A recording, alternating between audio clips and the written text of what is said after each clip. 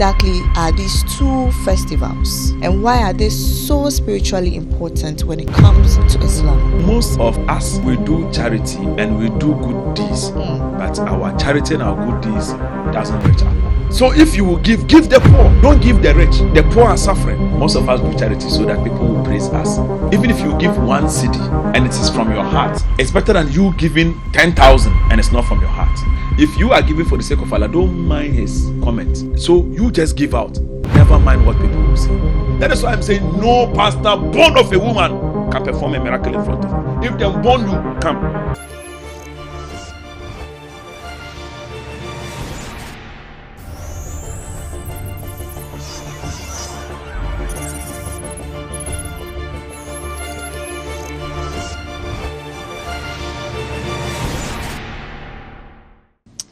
Right. It's a pleasure to be back here again. Now, let me hasten to add this before we get into today's conversation. And this dawned in my spirit, and let me say, I want to share with you guys before we delve into today's topic. It's about greed and envy. Now, if these two becomes your opium or your go-to, trust me, you are doomed. Plus jealousy, then it's even worse. Because greed, where it will land you, especially those that have made up their minds that they want to reap where they didn't sow. My brother, my sister, there's no shortcut to heaven. Even God, who is up there, before he grants you something, you have to give him sacrifice. You have to give him something for him to grant you what you are asking for. Today my sheikh is here, so he will delve into it. That's why they like sadaqah. That's why they give. Now you don't want to work. You don't want to use your 2 hands. You too, you don't want your legs to work, but you want to enjoy. I chanced on a video on TikTok. I don't know if I'll dedicate a full episode for this topic actually, because what is going on lately with these young girls, see how people are dying like flies lately. If you say you will not look for yours, there's a lady there particularly saying that as for her, it's married men that she likes. Who should come and work for you, my dear sister? Shaitan, yo. You hear the word? Serious shaitan. And the girls are backing her. You will die early. That's an early grave that you are digging with your own hands.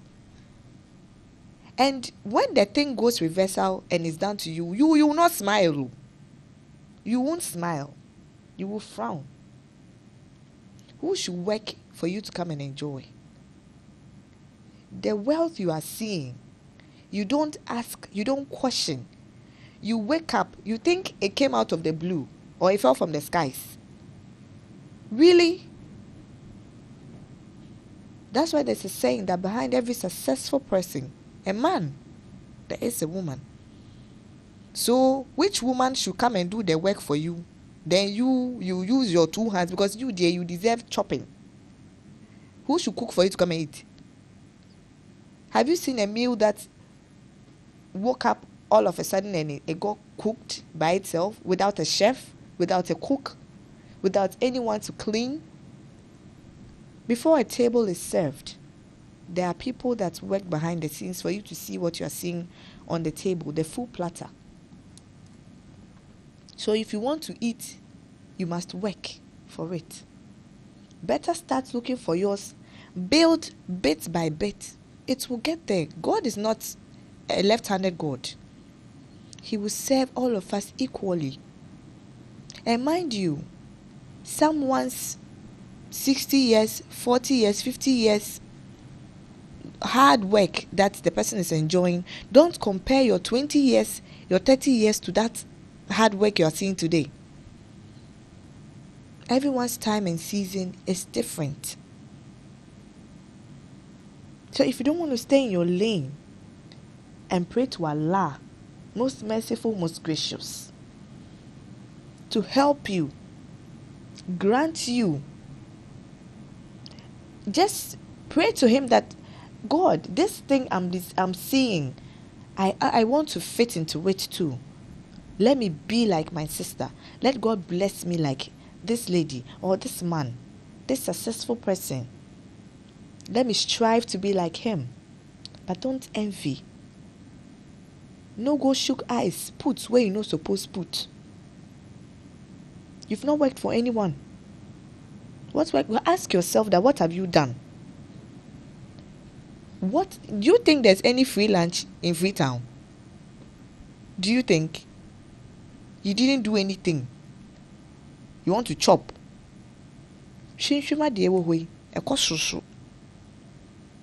And before you go reach your turn, that is where you will know say you don't reach your turn. So when someone is giving you something, if you don't know today, know it today. Ask that this favor you are giving me, or you are asking me, or you are doing for me, what will I give you in return? Because there's nothing free on this earth. Know this and know peace. Work. Find your own. Build your own space. It will also be green for you. Don't look at someone's grass that is greener out there and think yours can never be green. Have you worked on your own grass? Have you watered it? Ponder over this. If I want to go, I'll go on and on and on. I'll leave you with this. We don't have much time today, so we'll dedicate a whole episode for this, like I said. Well, this is Behind the Lens with me, Queen Liz, and this is Lizmedia, and you know how we do it here. We bring you live episode from the Radiant Real Studios right here in the city of Accra. And then, yes, you know how we do it here. This is the space where faith, culture, history, and uncomfortable questions meet in one room. Yes, and tonight's discussion explores one of the oldest and most uncomfortable questions in religion, al-Fitr and al-Adha. Today my man will correct me, because please, Biko, I beg you, my Islamic people, don't beat me. I'm just trying. I'm a trying lady, please. I'm trying. I'll start learning this Arabic small so that I can get the words quite fluently. We are trying. And you know, we are asking, is it a celebration, a sacrifice, or a misunderstood tradition? Today we step in one of the two of the most biggest celebrations in Islam. We are looking at the meaning, the differences, the controversies, and the truth behind this celebration. Now, tonight's conversation is powerful because millions of Muslims across the world celebrate two major Islamic festivals every year. That's the al-Fitr and the al-Adha. But here's the truth. Many people celebrate them without fully understanding, one, their origin, the spiritual depth of it, their historical meaning, their controversies, and even the major differences between them. Some people think they are simply Muslim holidays. We all enjoy it as Christians, and you know, as a Christian you relate to what I'm saying. When we hear it, we are super excited because we know there's going to be sharing of free food. They're free now. They're free. What did you pray? What did you do to come and enjoy free things? Biko, my people. Others also believe they are sacred divine celebrations rooted deeply in obedience, sacrifice, fasting, and submission to the great Allah. But then there are also different questions that we will be addressing tonight. And we are asking, why are animals sacrificed during al-Adha? And why does Islamic calendar keep shifting? Why are these disagreements over moon sighting? And then again, did these celebrations replace pre-Islamic traditions? And also, are Muslims celebrating culture, or revelation. Today, my Sheikh will do us the due diligence. So tonight, we go beyond the food, we go beyond the clothes, we go beyond the festives. We are going to ask the hard, uncomfortable, tough, but spicy questions. We're not going to hurt a fly, so please do not add emotions to this, my Islamic brothers and sisters. Okay, joining me today is my Sheikh and my Islamic scholar. He says we shouldn't call him a scholar anyway, a teacher. I call him my Sheikh Uti Dawah. So you just heard that. Thank you. Alongside our reader, yes. Today we didn't get an Islamic one. We have an in-house one, my Fifi, who will also guide us through Quranic references and the Hadith narrations. Hey, I know the Bejo. Fifi, are you ready to do this? Hey, he said always. So today, hey, today there's no recitation. Fifi, I'm not sure you can do this. We'll leave it. Fifi will just blast the whole studio for us. We'll see our people outside right now because Charlie, they don't joke with the Quran. That's for that one. I'm not sure you can. Can you? Or see there be. Today our Muslim Sheikh will do that for us. So this is Behind the Lens. Be reminded if you just joined us, and tonight we go deeper, way deeper than just celebrations. Let me move to my Sheikh Uti Dawah. Thank you so much for joining us again. You're welcome. Now let's start from the foundation, my UTI. Now, many non-Muslims and even some, Muslims don't fully know the difference between the Eid al-Adha and the Eid al-Fitr. You would agree with me on this one. Now, the question is, what exactly are these two festivals, these two Eids that we talk about all the time, and why are they so spiritually important when it comes to Islam? Okay, أعوذ بالله من الشيطان الرجيم بسم الله الرحمن الرحيم ربي اشرح لي صدري ويسر لي أمري واحلل عقدة من لساني يفقهوا قولي أشهد أن لا إله إلا الله وحده لا شريك له ونشهد أن سيدنا مولانا مصطفى محمد صلى الله عليه وآله وسلم أما بعد السلام عليكم ورحمة الله وبركاته. All thanks and praise to Almighty Allah, King of Kings, Lord of Lords, Master on the Day of Judgment, the one who created us and the one who owns us and the one who provides for us. We pray that He accepts our act of worship and the bits of contribution we are doing in this religion. Yeah. May He open doors of mercy, favor, bounties, riches, and long life for all of us who are watching and those of us who are also contributing each and every day. Every day we take cars, so when we take our car, He should bring us home safely. Amen. Inshallah. Queen Liz too, may Allah Azza wa Jalla grant her long life. Amen. And the CEO and the brothers over here, may Allah subhanahu wa ta'ala protect all of us and grant us long life, inshallah. Inshallah. Firstly, in Islam, when we say Eid, Eid means something that is reoccurring. Okay. Concurrently or annually. So it's like a let's say festival. Festival occurs annually. Okay, so Eid al-Fitr, Eid which opens from the word fatara, something that has opened. For the whole month our mouth is closed. Not just month, not just the mouth. Everywhere is closed. Hey. Closed. Everywhere is closed. All the holes. All the holes are closed.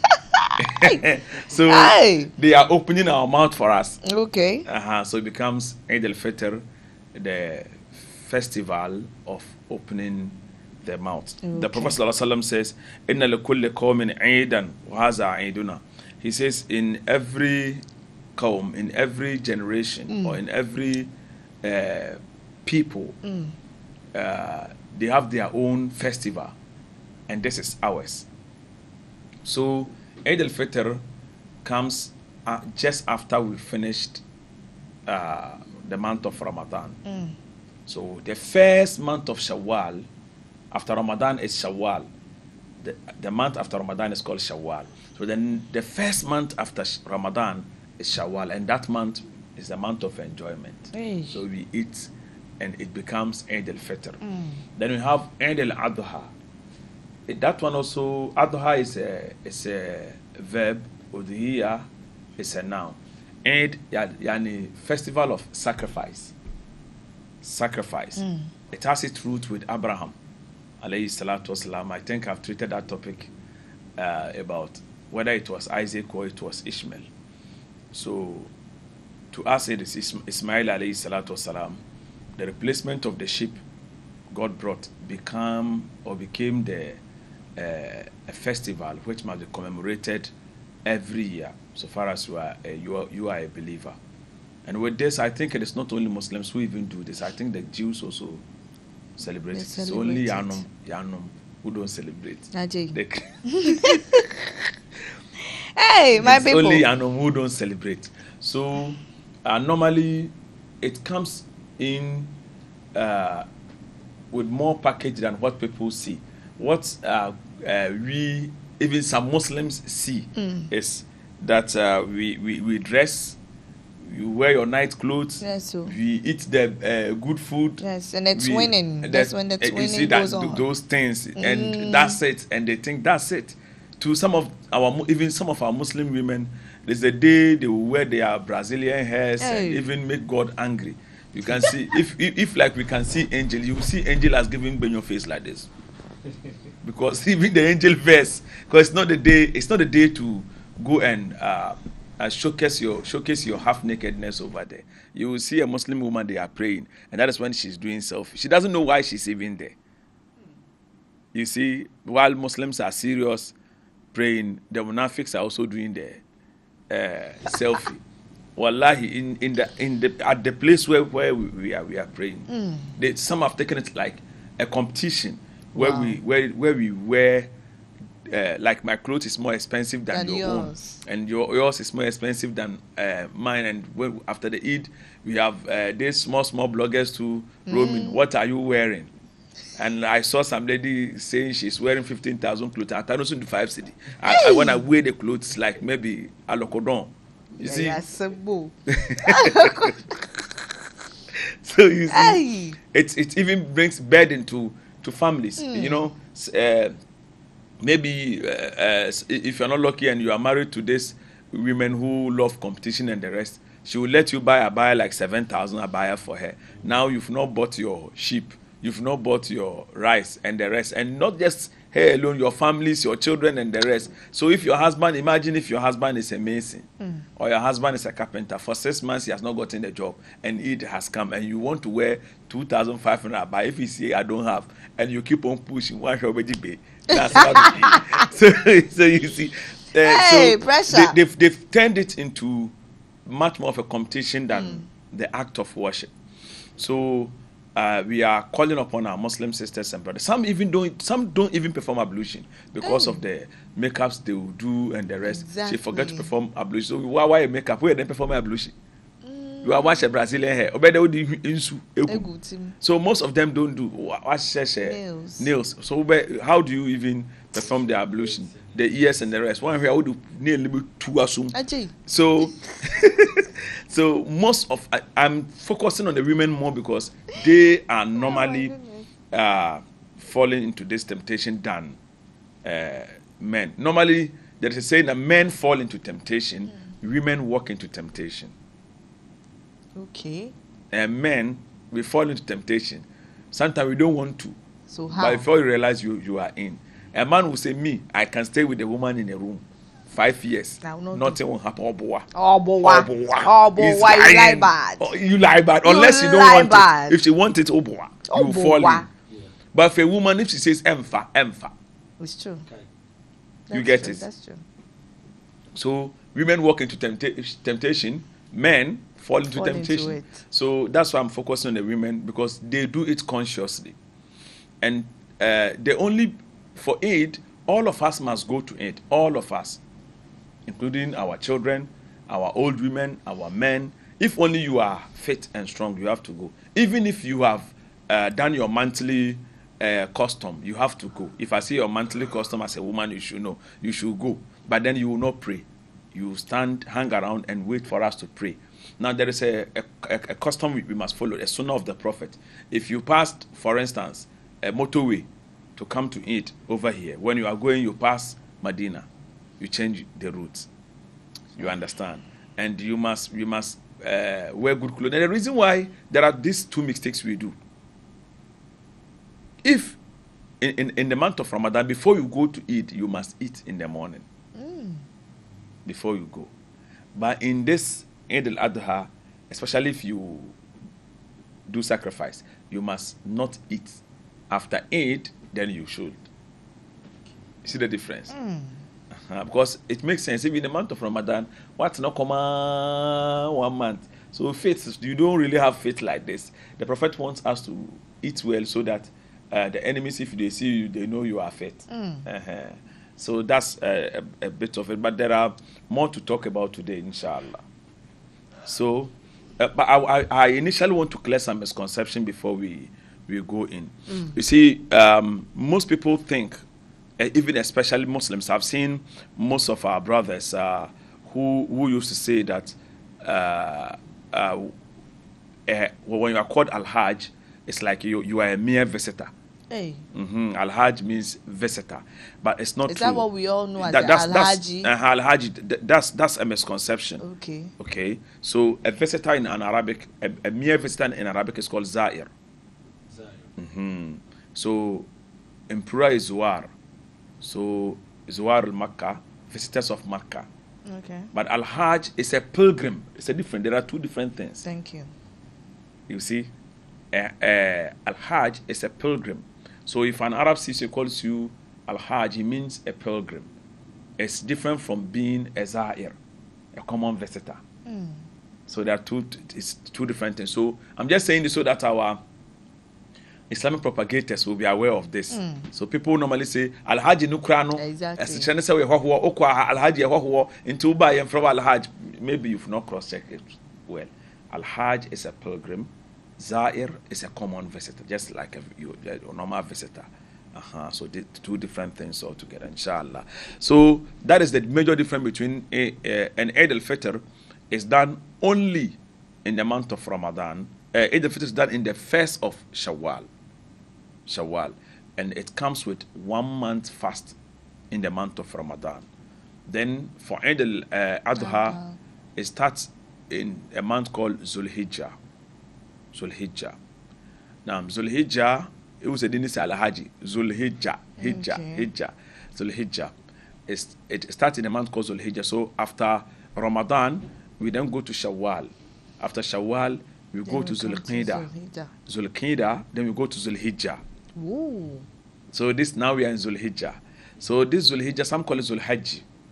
So this Zulhijjah, the first 10 days is what we call the best 10 days ever to do good deeds.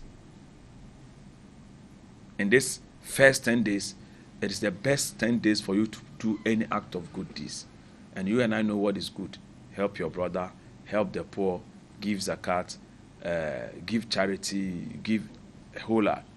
So in this 10 days of Zulhijjah, the 10th day is when we all celebrate the Eid.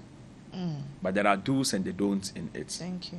Which especially those, let me focus on those who are going to Hajj for now. Because some are in Hajj today, they don't know what to do.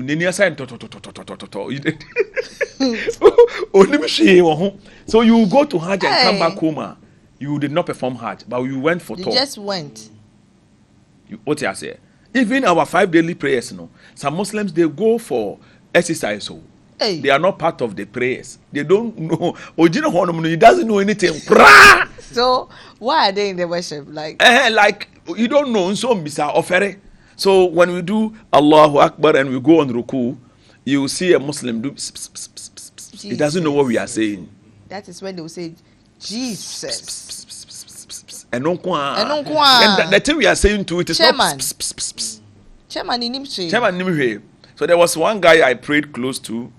We were just two. I came late, so I was even coming here. And when he was sitting close to me, so I heard him doing kasira. Wait, is that tongues or what? I don't know. So I had to control myself from laughing. So because me, I love to laugh a lot. So When I finished, I said, Chairman, I was hearing doing Kasira. Where did you guys from? He said, oh, bro, me, that be how I heard people do. I said, no. So I had to write it down for him. For him to help him. So many people don't know. So let me use this platform to help our brothers. Definitely. So when we go ruku is when we bow. We say Subhana Rabbi al-Azim. Subhana Rabbi al-Azim. Glory be to God. Rabbi al-Azim, who is our Lord, al-Azim, Almighty. You see? You say 3 times or 5 times. So it is not pss, pss, pss, pss, pss. When we do sujud, when we prostrate, it is Subhana Rabbi al-A'la. Subhana Rabbi al-A'la. So Subhana, glory be to God, Rabbi, our Lord, al-A'la, who is above all. Then when we sit down, the julus, it is not kasira, like my brother was saying. It is Rabbi gifirli, my God, forgive me.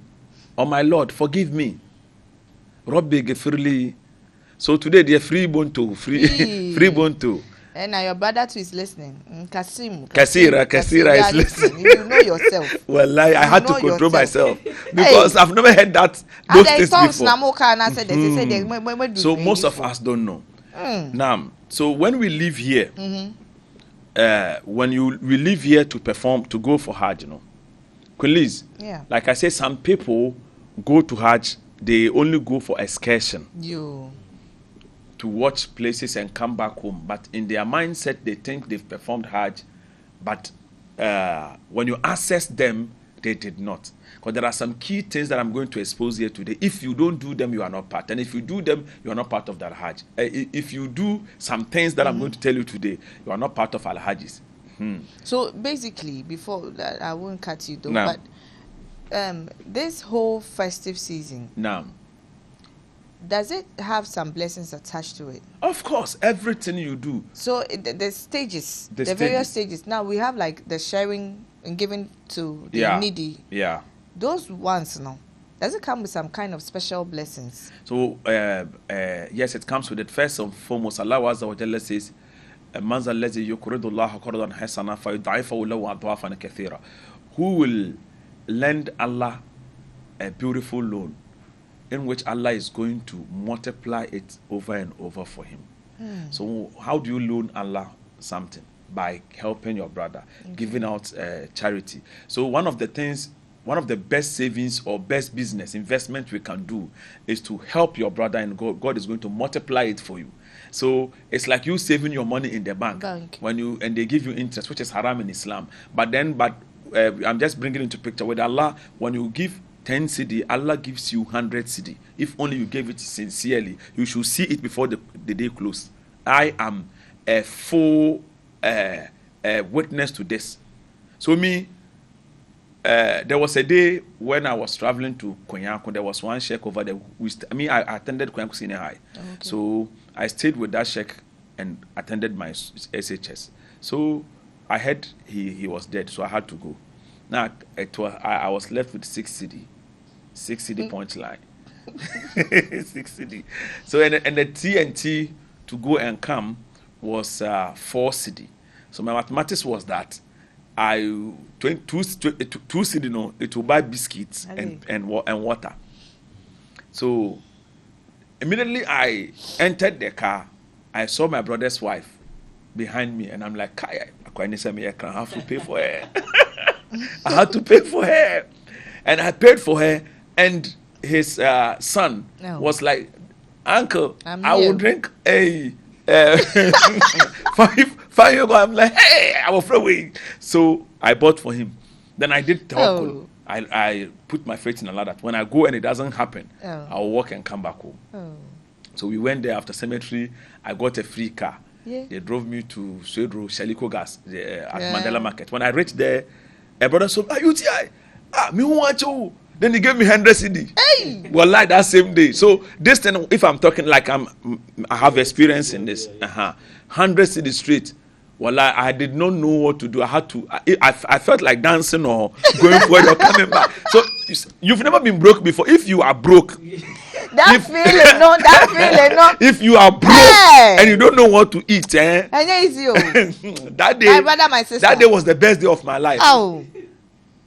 Wallahi, it was and it continued like almost 6 days continuously. Because of the 60 days. Wallahi, and I had. So if you had more, like it will continue more. You see that thing? Where there's a lottery. It is the best investment. I bet.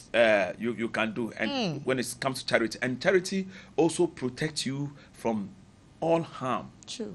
If somebody is planning evil against you, well, if you have money, give the person. Hey, and but let him sometimes try, he will kill himself. That thing, we Christians, sometimes it's really hard for us, but we don't know that that's where the trick Wallah, is. he will kill himself. That's the trick. Ask the rich people, they give charity than everybody. True. And they give charity, but we the poor, we Yeah, don't want to give. And we are the ones who are suffering. The sufferers. Sometimes you have to give to get. So charity is very, very good. It protects you from evil eye, the juju people, witches, and the rest. If you want to stay protected, well, I don't play with charity. And it doesn't matter how big it is or how small it is. What matters is it must come from your heart. And even if you are giving me charity always, and tomorrow I insult you, don't mind, give me. Hey. And you are giving for the sake of Allah, not me. So you give it to Allah. I am only a vessel which you give. Allah is the one to protect you. Sometimes so it's hard. If you are, because we are human being, you see, because we don't give for the sake of Allah. That is the reason why if somebody does something to you, then you begin to give him reference. Remember, the other day I gave you 100 CD. Last week I gave you 1,000 CD. Ungrateful being. You are this. You did not. You have spoiled everything you've done. Yeah. That is why some people will come before Allah on the day of judgment, and Allah will ask them, "I gave you money. What did you do with it?" You will say, "Allah, I used it to help the poor." Then I say, You did that so that people will praise you. Today you have nothing in front of you. Social media for camera people. And those of us who Allah has given us knowledge small, Allah will ask us, I gave you knowledge. What did you do with it?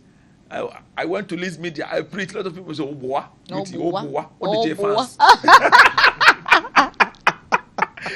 You lie bad. You don't do it for the sake of Allah. So you see, we for everything that you need to do, you must do it with a class. That is why I say, this proves in Islam there is no compulsion, because if anybody does any act of worship and didn't do it coming from his own heart, that thing is not accepted by Allah. It is cost 90 job. So charity is very, very important. Very, very, very important. So is it mandatory or is it a must that you will give, even if you don't have cry your last, cry, still give? We have people of faith, those whose faith are higher. Their last cry they will give. That kind we of thing. Whose faith is alarm shake, calculation. If I have, I will give you. If I don't have, I will kill myself. So our faith is our faith. So we have nafs al-lawama. We have those whose faith is 100% pure. You see? Then we have those whose nafs al-mutma'inna, their faith is 100% pure. And you have nafs al-lawama, those whose faith is a grow up sana shiase. They can stay out this time. They mean your mind. I will not fornicate that the whole month. Hey, media, I'm very holy. Give him 1 month, 2 months, 3 months. What's a 1 month? 1 month.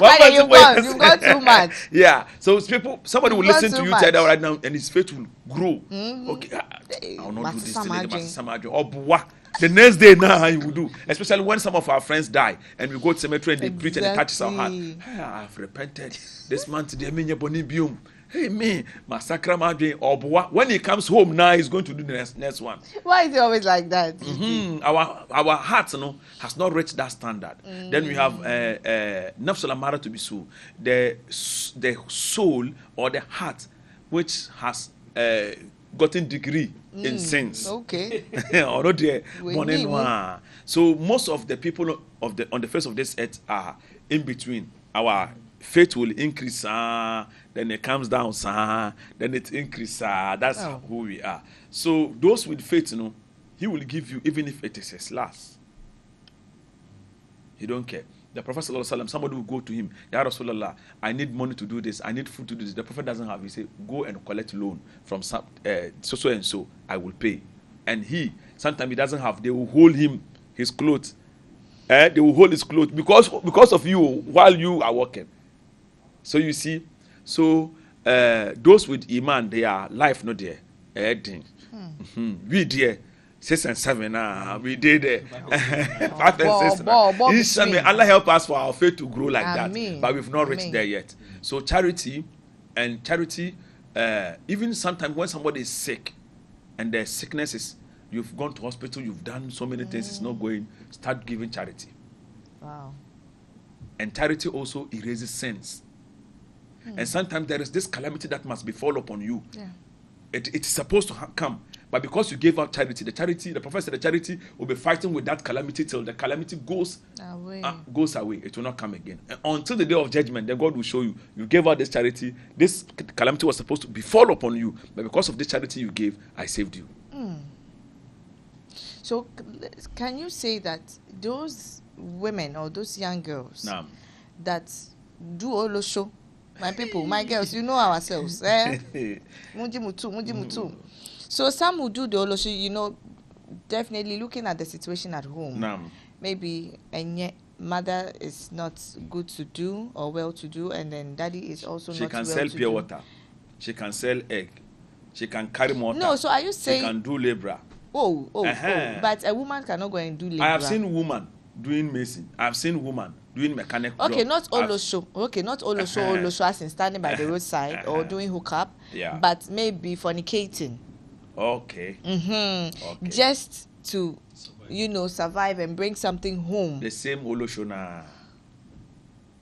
So in this case, will God not, because this is also a sacrifice. So you say you have sacrificed yourself. God is pure, so that and He only accepts what is pure. And here, based on the intentions. So yeah, but this one, the money, the source of the money is very important. Okay. When you do sakawa, or you do Yahoo, or you do 419, or you go and do prostitution to get money, in order to come and do charity, the charity why you don't have a reward. So what if you are using that to take care of your parents who don't have, who barely feed your siblings? And that's why I said there are so many jobs you can do. You can sell pure water. You can that will also even protect your dignity. There are certain people who have sold pure water on the street, and God has blessed them today. They have built houses. They've met their soul partners and those to help them. They are destiny helpers. They met them on the street and they helped them. Recently, Kevin Taylor had to help one young lady in the traffic. So you may meet your helper. So the olosho is not the only choice. What you are doing is that you are disgracing yourself, disgracing womanhood, and endangering your life and the rest. You feel like you are big today or that today, but when you say ebebre. What is a hono? The Pentagon will become baje. When the Pentagon becomes baje, like it has become like terms. I don't know. I say eba no buefu. Thank you. Like angry eba. Baje. Nobody will go there again. And note, each round that you go and do, every day you go and do one rounder, you get 100 lashes. So that's why I say some men have like 20 billion kings on the day of judgment. Some women have like 20 billion kings. Even if you go to heaven, you must collect those lashes. So those money which is spent in the way of God should be very pure. You should know that the source that is coming from should be pure. But I who is receiving from you, no. If I know the source of the money, me too, I shouldn't receive. So if you know and you receive. Me too, I am accomplice now.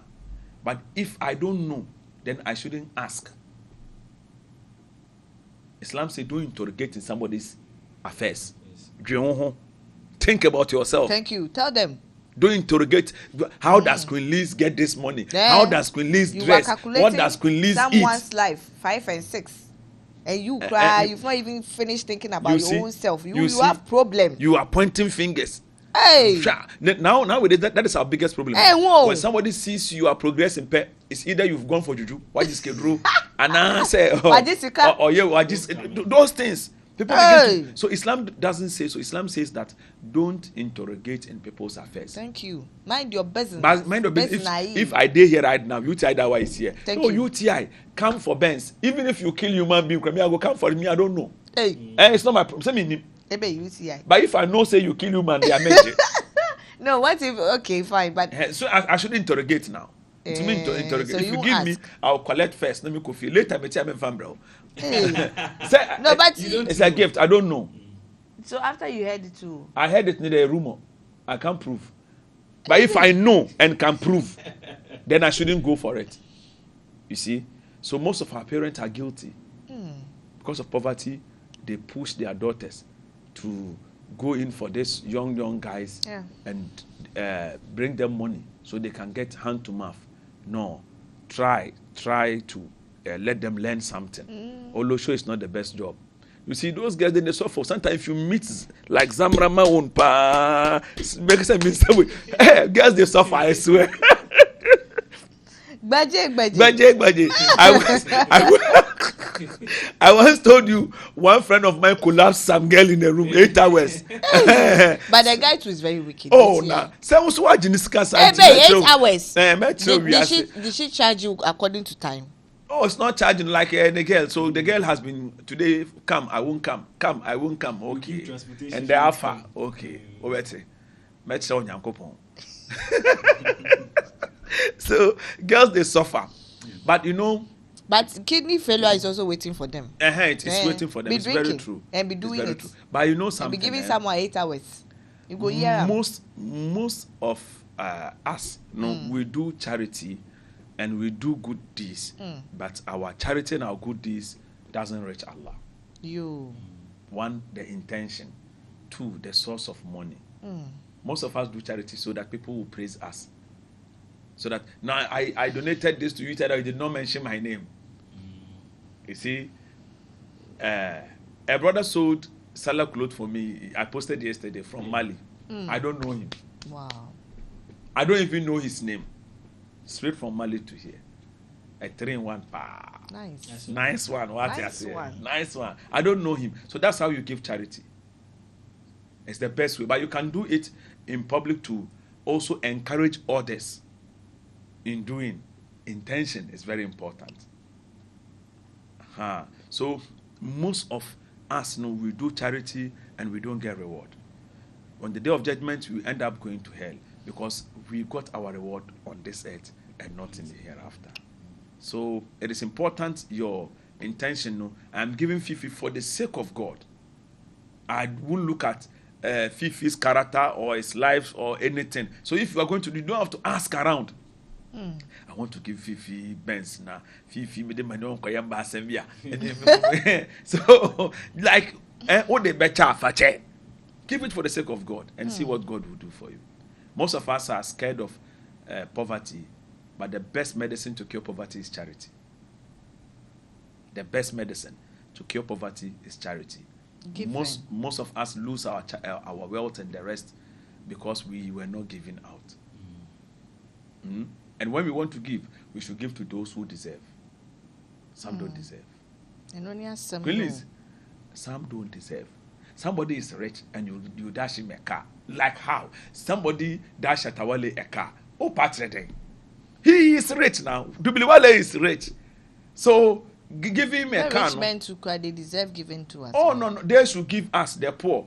Uti Onibi, give him some. Fifi Onibi, give him some. That is the truth. Liz Onibi, give her some. Now. Give us some. Give somebody who will appreciate. Like I said, someone give me 100 CD at that time. I think it was like 8-9 years ago.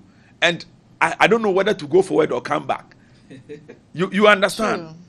So if you give somebody alone. Exactly, and at that moment if he prays for you, it's a sincere prayer and Allah will answer it.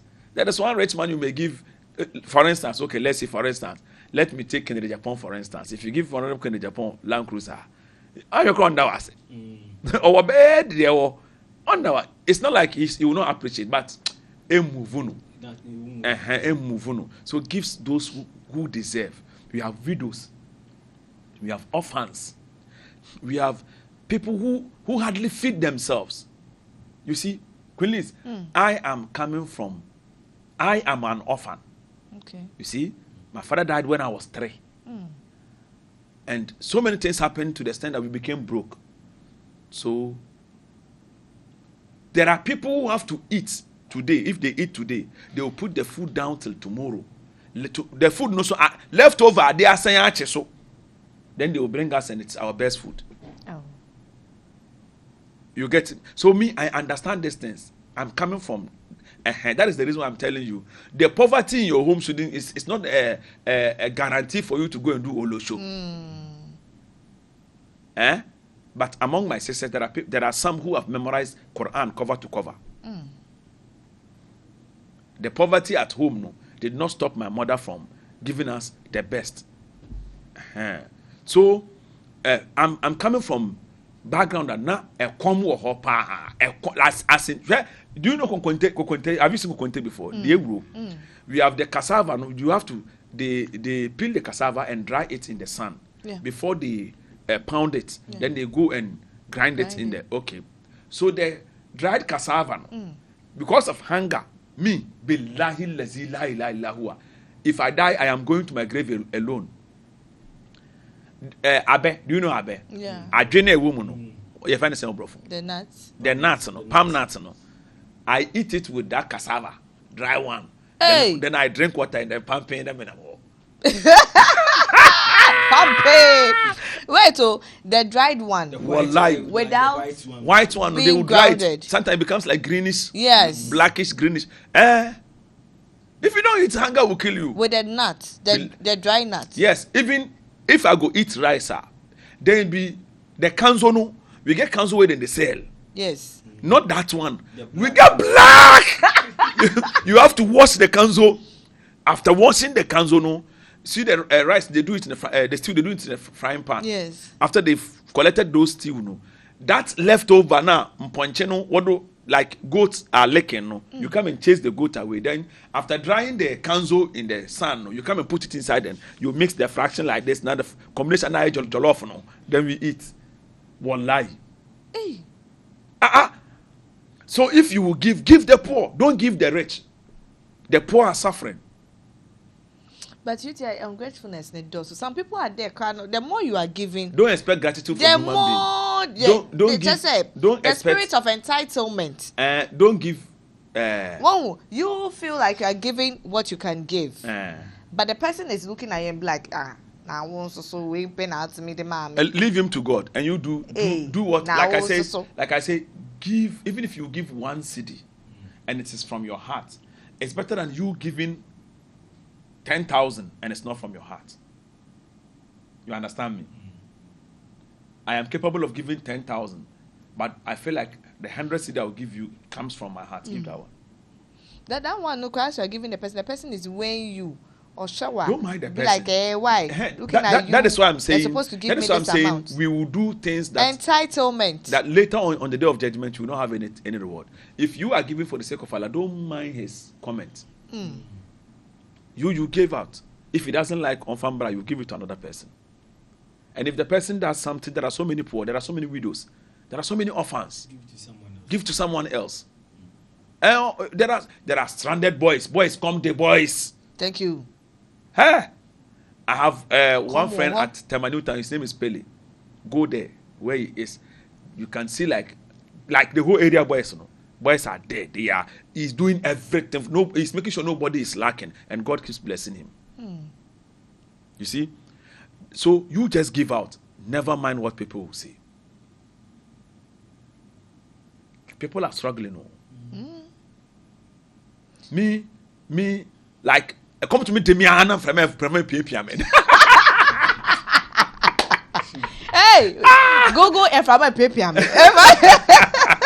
Hey, hey, inna kezalike. Like any person that make catch on, like it be serious matter out there, I am telling you. And those who are watching me from Swedro, my colleagues that they know me from childhood, they will tell me I'm like one I have papa home. If I show you my childhood picture, like that I completed SHS. Nika be out from me, including boxes.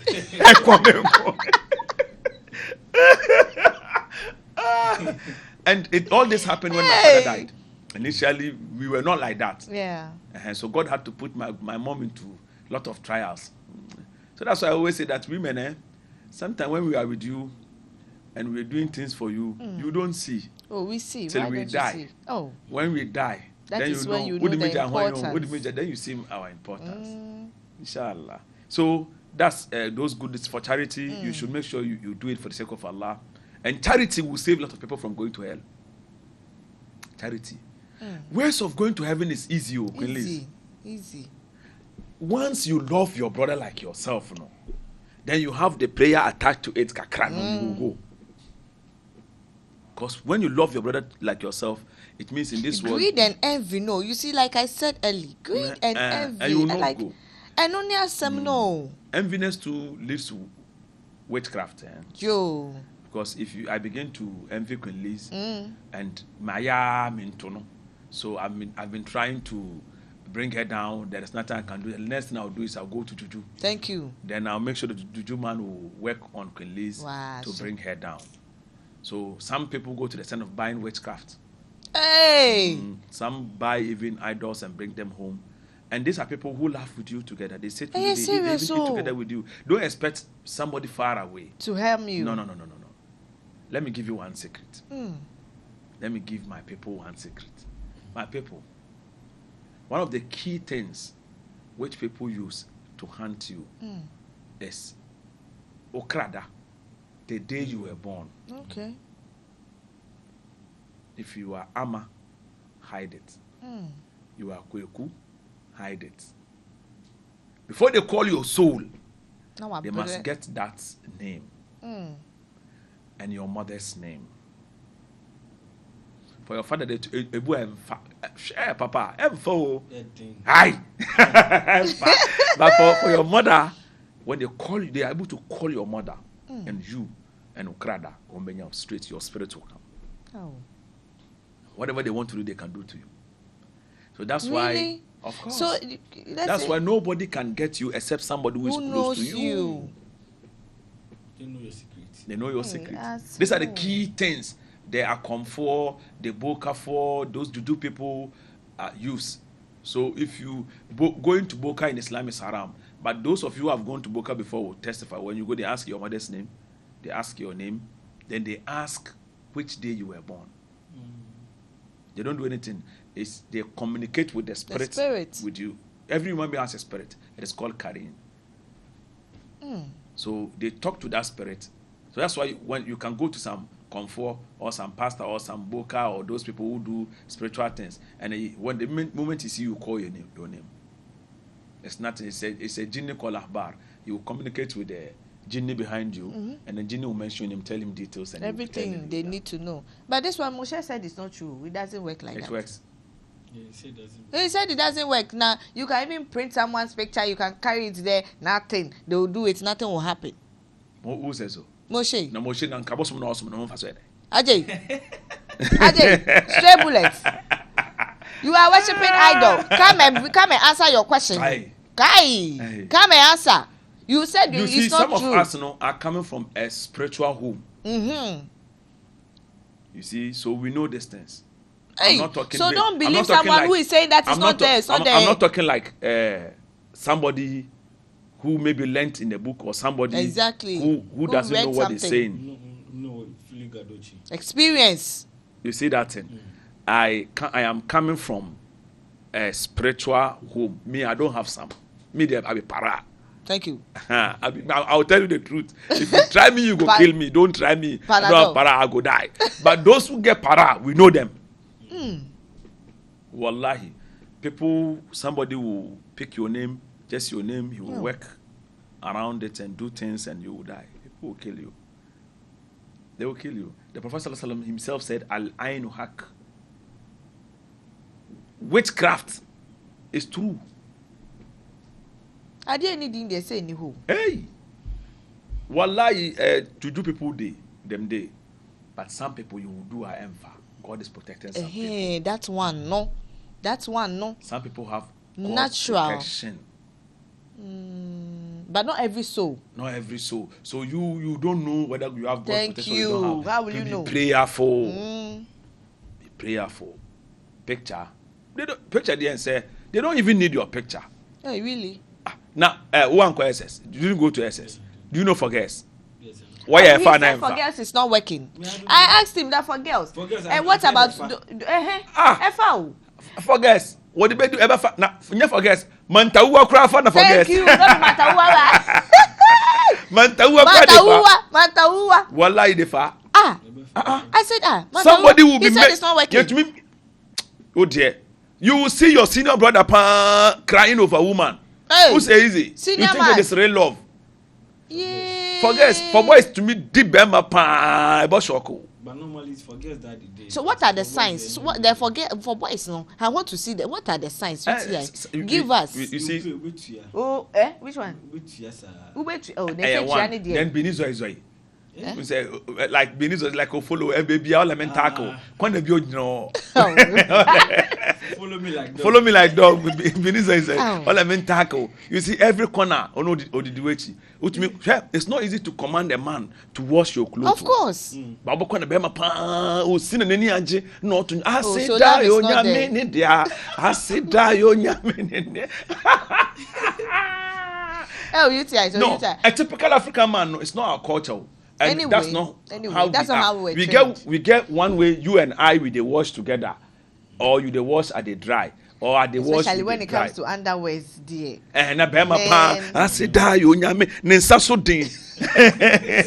Menyama di ama mi beswa minti ama menyama di.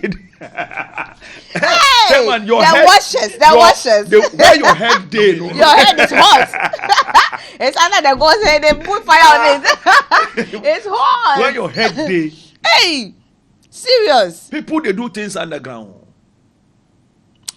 Hey, People they do God will things. punish people. Pow, Blindness. judgment day. Hey, God will punish people. you will see man when he come out is very respectable Ow. man, but home. Oh, like So rag. that's why I say sometimes beware of what you eat.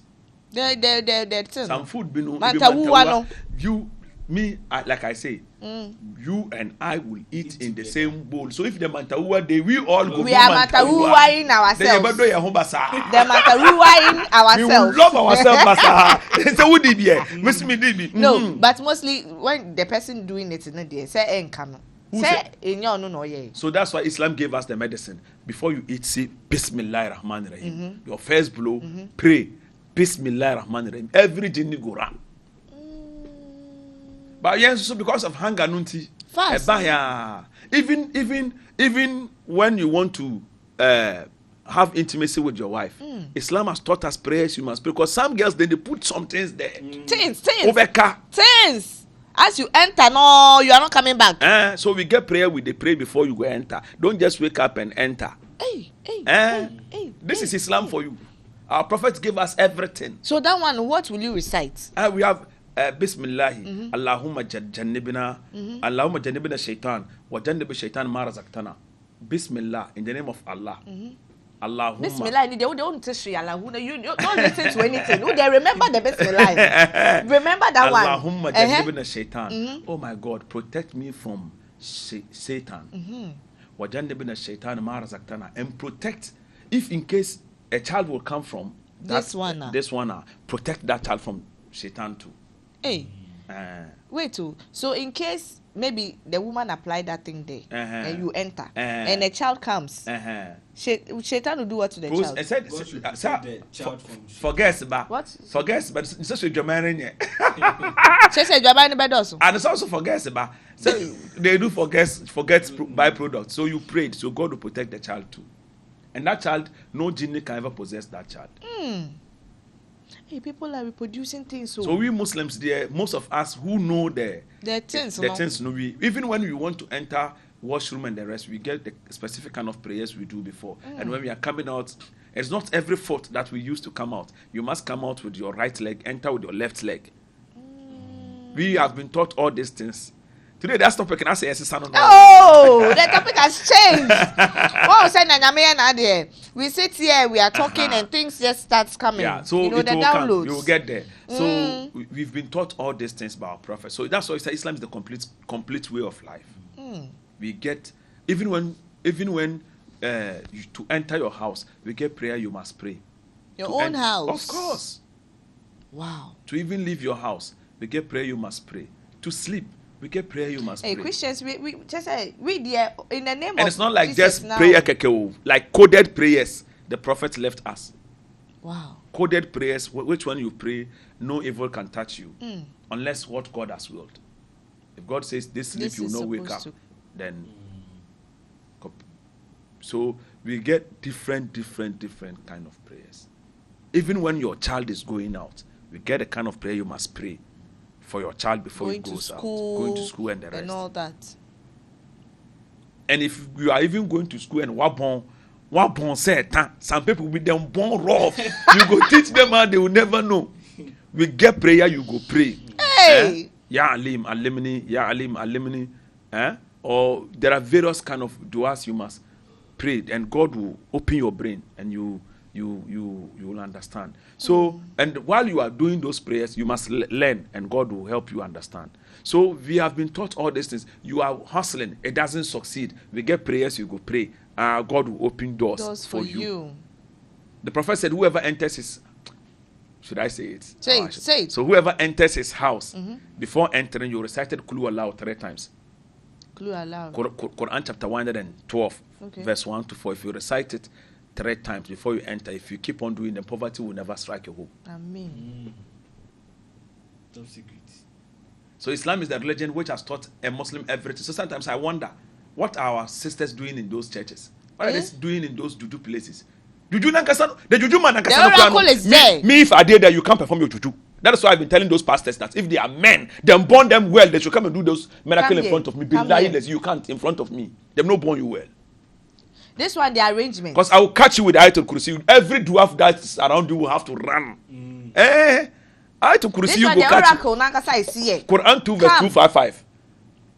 If you recite it 7 times per, every juju way they do this area will have to run for its life.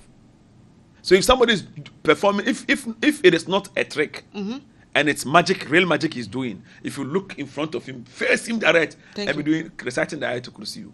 Allahu la ilaha illa huwa al-hayyul qayyum la ta'khuzuhu sinatun wa la nawm lahu ma fi samawati wa ma fi al-ardi man zal ladzi yashfa'u indahu illa bi idhnihi ya'lamu ma bayna aydihim wa ma khalfahum wa la yakituna shay'an min ilmihi illa bima sha'a wasi'a kursiyyuhu samawati wal ardi wa la yahuduhu hifdhuhuma wa huwa al-'aliyyul Then you recite again.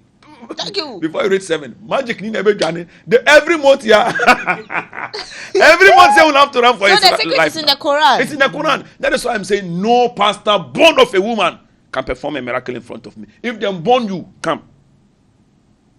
Come. Be a man and come. If it is trick, I agree.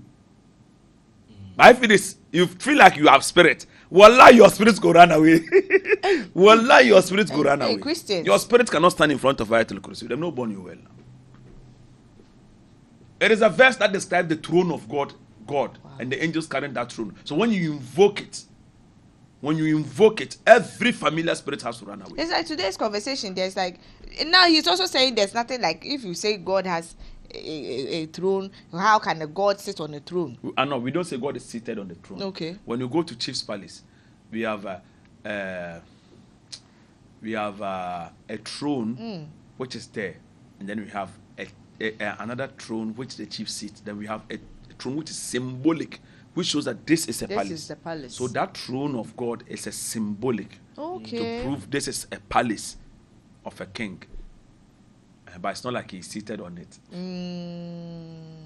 Makes sense. So if God is seated on the chair, on the throne, it means the throne is bigger than him. And God, so that's why in Islam we say God perfected himself on the throne. He perfected himself. You don't say he's seated on the throne. Okay. But in Christianity, he is seated on the throne. So Seven. that means the throne is bigger than him. Because you see the throne, you are sitting in the chair. The chair is bigger than you. Yeah. So nothing is bigger than God. So we need to understand this. So as a Muslim, don't play with your Ayatul Kursi. God gave our Islam, no, they gave us everything, no. Okay. Most of our scholars who are well endowed in Islamic knowledge, you know, they don't suffer. Their children too don't suffer. We who we know said that go makaranta. and we know that practice Islam well. Our life, no bad man life, so we dey suffer. Hey. We dey suffer. So we get what we call azkar, prayers, where you invoke God's presence, you invoke God's mercy and the rest. So these are special prayers that sheikhs they have actually perform. They perform, and it was taught by the prophet. But then we have those for the bokers, examine, those things they do after in the call. You must call upon God.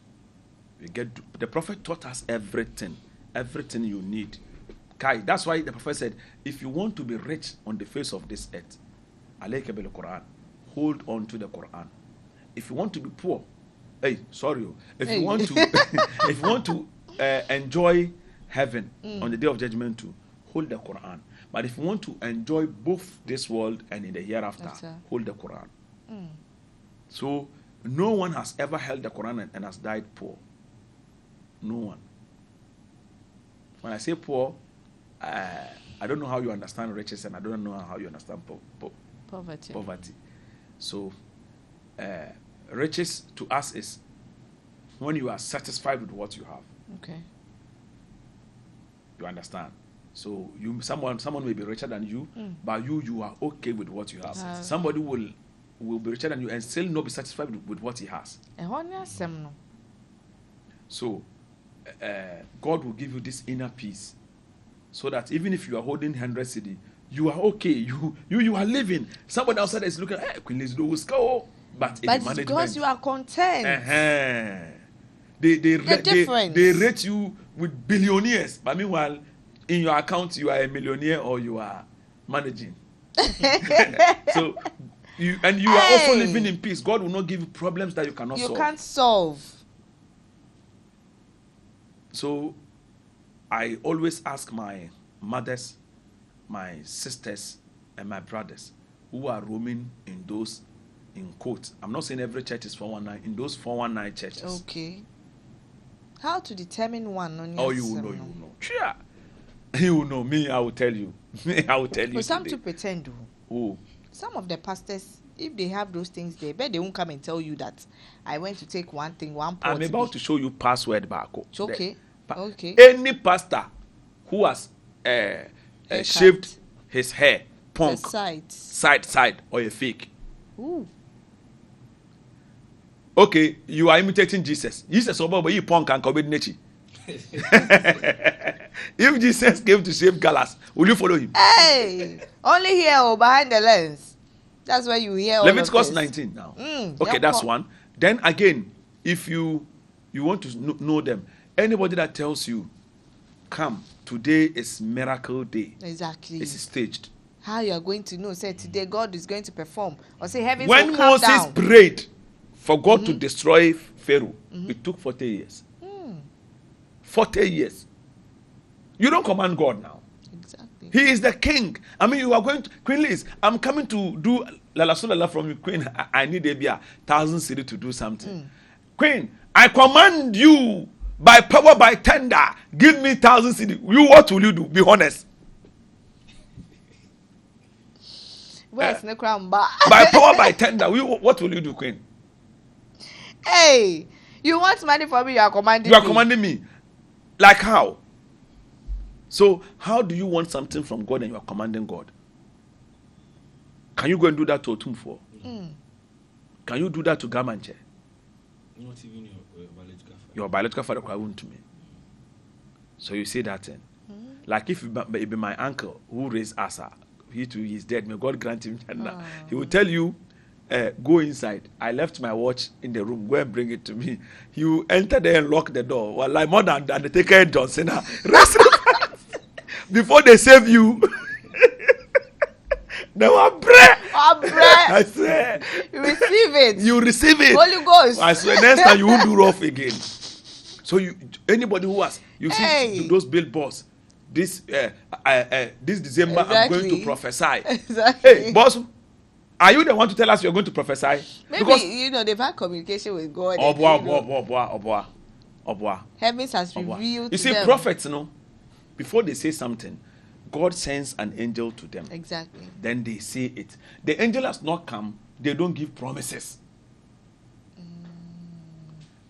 The Jews went, the Arabs went to the Jews in Quran 18 to ask the Jews that they need some strong question, which when they ask Muhammad sallallahu alaihi wasallam, he cannot answer, so that they can use those questions to prove he's a false prophet.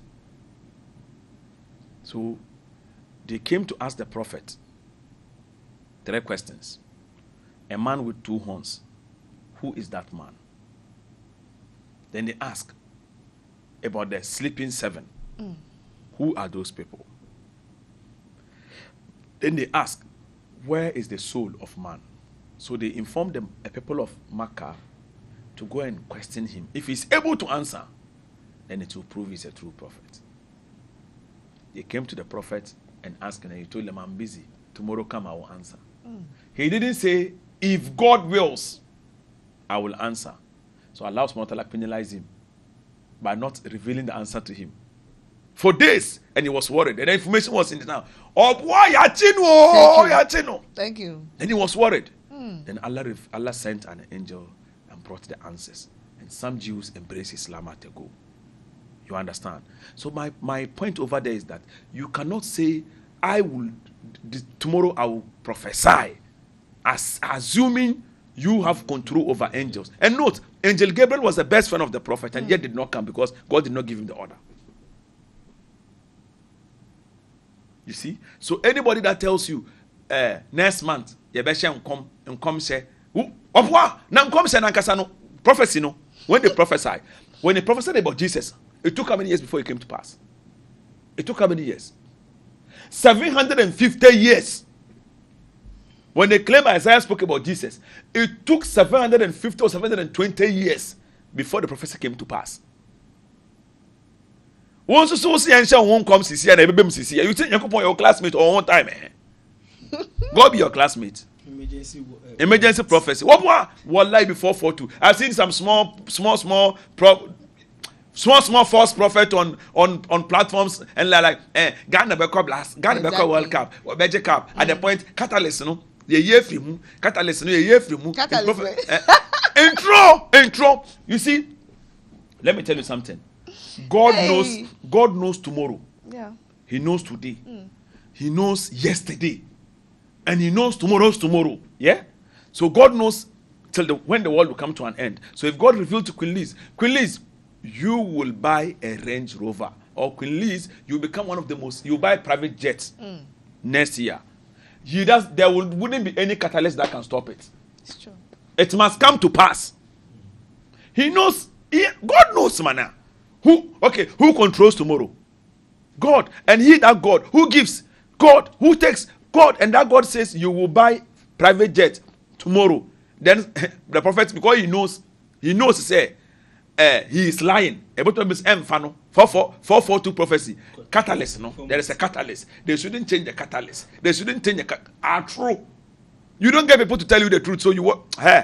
The other day, one too was here, and he was like a Muslim prophet. Catalyst, no? Catalyst, no? Don't bring that 442. Anybody that is saying these things is a liar. Anybody that say I'm prophesying your life is a liar. Even Christ says in John 5 verse 30, I can of my own self do nothing. As I hear, I judge. So somebody talks to him before he says it.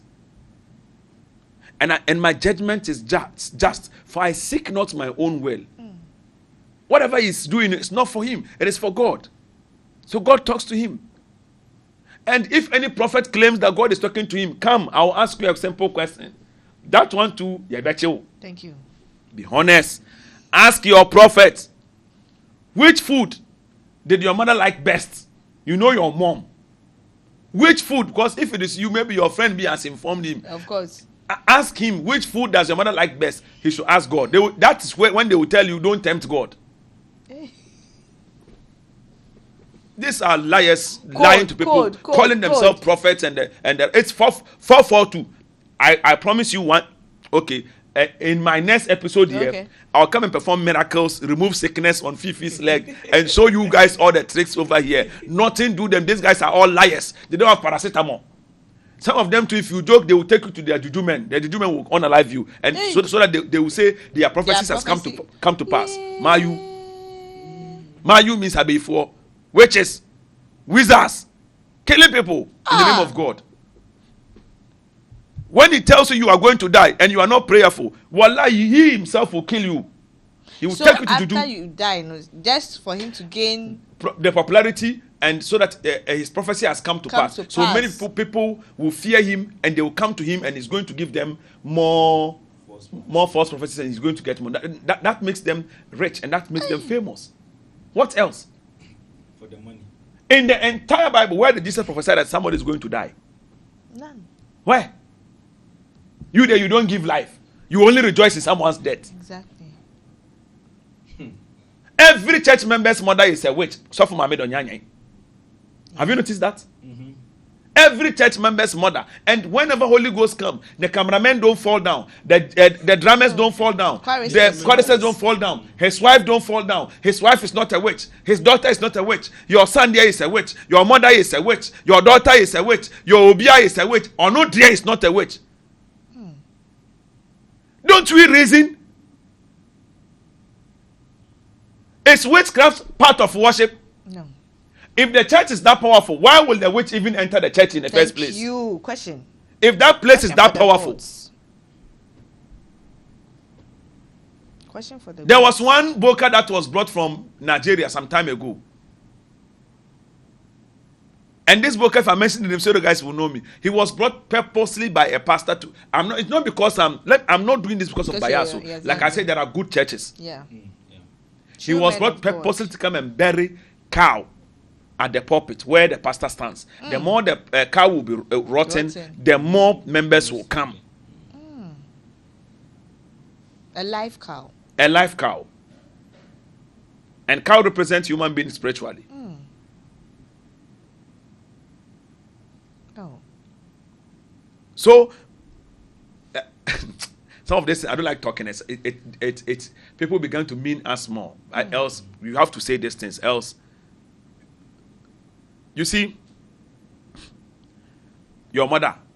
If you allow somebody to say your mother is a witch, there is no disrespect other than that again. If you have given birth before as a woman, and you know how painful birth is, and you know how raising a child, how hectic that thing is. Sometimes you haven't eaten, and this small boy will shit bomb in your food. Maybe it's your last food. You have to collect the shit bomb and put it aside and eat the other side. Sometimes you are eating, you have to wash your hands. Go and wash him and come back. Come back and eat. Your best clothes became rags because of the child. You are disrespected and insulted by many because of the same child. And today that you've grown old, that child couldn't have mercy, sympathy for you. And the best thing the child can do to you is to say, Queen Liz, you go suffer, oh. You are suffering, no come here too. You go suffer. Yeah, you go suffer. And you are going to have children who will repay you. Thank you. When you slap your father, your child will slap you. When I've seen these things. I've seen someone, young man slap his father. And I'm like, oh, Mr. Kayaka, why did you do this? And my mom said, no, leave him. His father slapped his father. This means his son too go do the same thing. So it becomes generational. So most of us who when we were young, we send our mother sent us and we were doing. Your children are doing it to you today. And you can't talk. You can't talk. But you remember why you've done it. You know. Well, yeah, there's so you don't need young boys, to remind you. especially we the boys, you are playing now, then come send you. Your son will do the same thing to you. That's true. So, your mother is something you should cherish. Even in the Bible, it says if you disrespect your mother, you should be beheaded. Do you know? Matthew 15, verse 1 to 4. If you disrespect your mother, you should be beheaded. But you've gone to the extent of calling her a witch. That is why in Islam, they put the heaven of male under his mother, under the feet of his mom. But you tell that some mothers actually they are witches anyway. But I don't know, so how are we going to deal with it? Witches. But she did not enjoy you when you were a baby. So there's a reason for her having the craft. Witchcraft is not even evil. Okay. Depending on the kind of, there are types of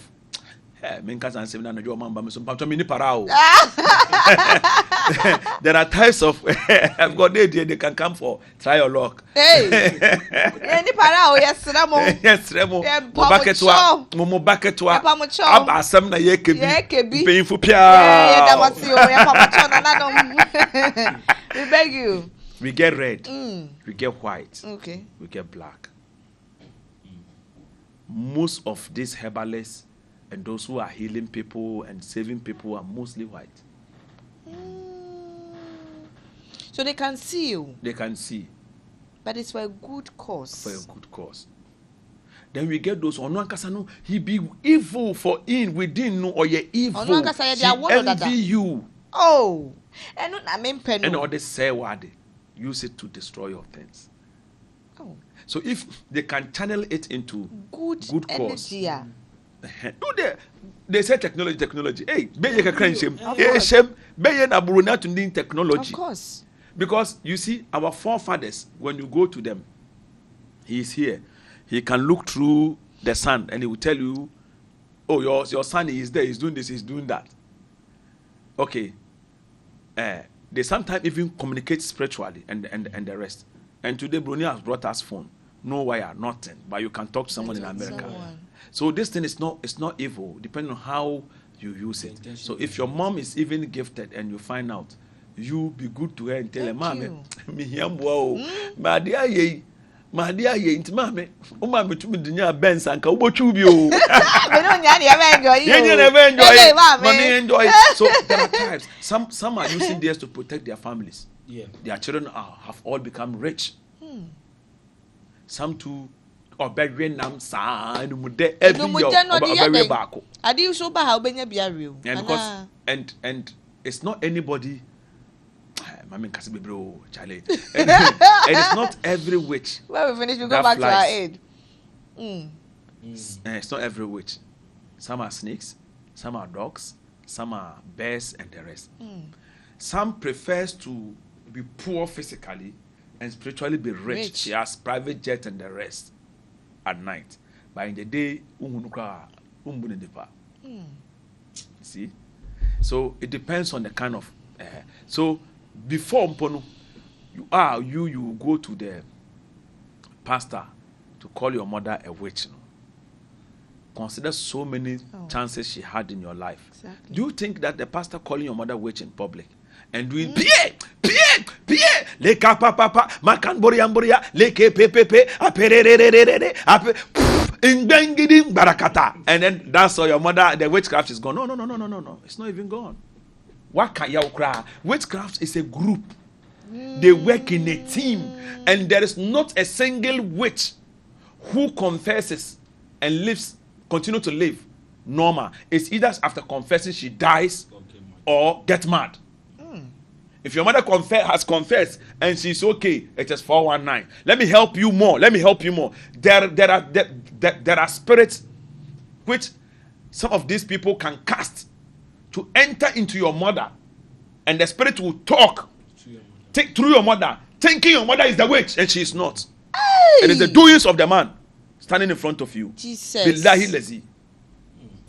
And after which these pastors are destroying homes, and they will you will never believe her again. How will you believe her? Yes, because she's the one confessing. The spirit will possess her, and she will say things that will shock you. Oh Jesus! Billahi lazi. And you will end up blaming your mother that she is a witch. Wallahi, maybe she is not. They control this powers. Do you know things people bury in their churches? I repeat, not every church. So be mindful, be careful of where you are going. Where you are going. There's something when you enter, your mind changes. My fellow women, this someone say, you go forever. Pabam, you are there. Pabam, you are there. They said miracles. They I will am put there. spirit in your mother or your daughter or your son, and he will talk. I'm a witch. I did this. I did that. Let me tell you something. If it is true witchcraft, the moment he starts speaking, note this: the moment the person starts speaking, the other gang will rush in and they will turn over his tongue. So that she doesn't reveal their secrets. Yes. Or make them go mad. Make the person go mad straight. So they will say it's either high fever or the person has gone mad. Or they kill the person direct. Chai. You think it is easy to confess in witchcraft? It's not easy. So your pastors are in the church. The pastor himself doesn't know spirituality. That is why lying to you and you feel like, oh yes, you, oh yeah, only para. I say they don't have para. And this time around, I say any pastor that will prophesy anything about election, this one is going to win. Thank you.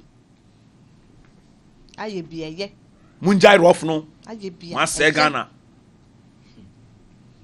Wallahi. I'm telling you this fact. They cast the spirit to enter into people, and people talk, and they came to blame. They begin to blame them that they are witches. Oh. After a witch, indeed a witch or wizard has confessed, he runs mad or dies.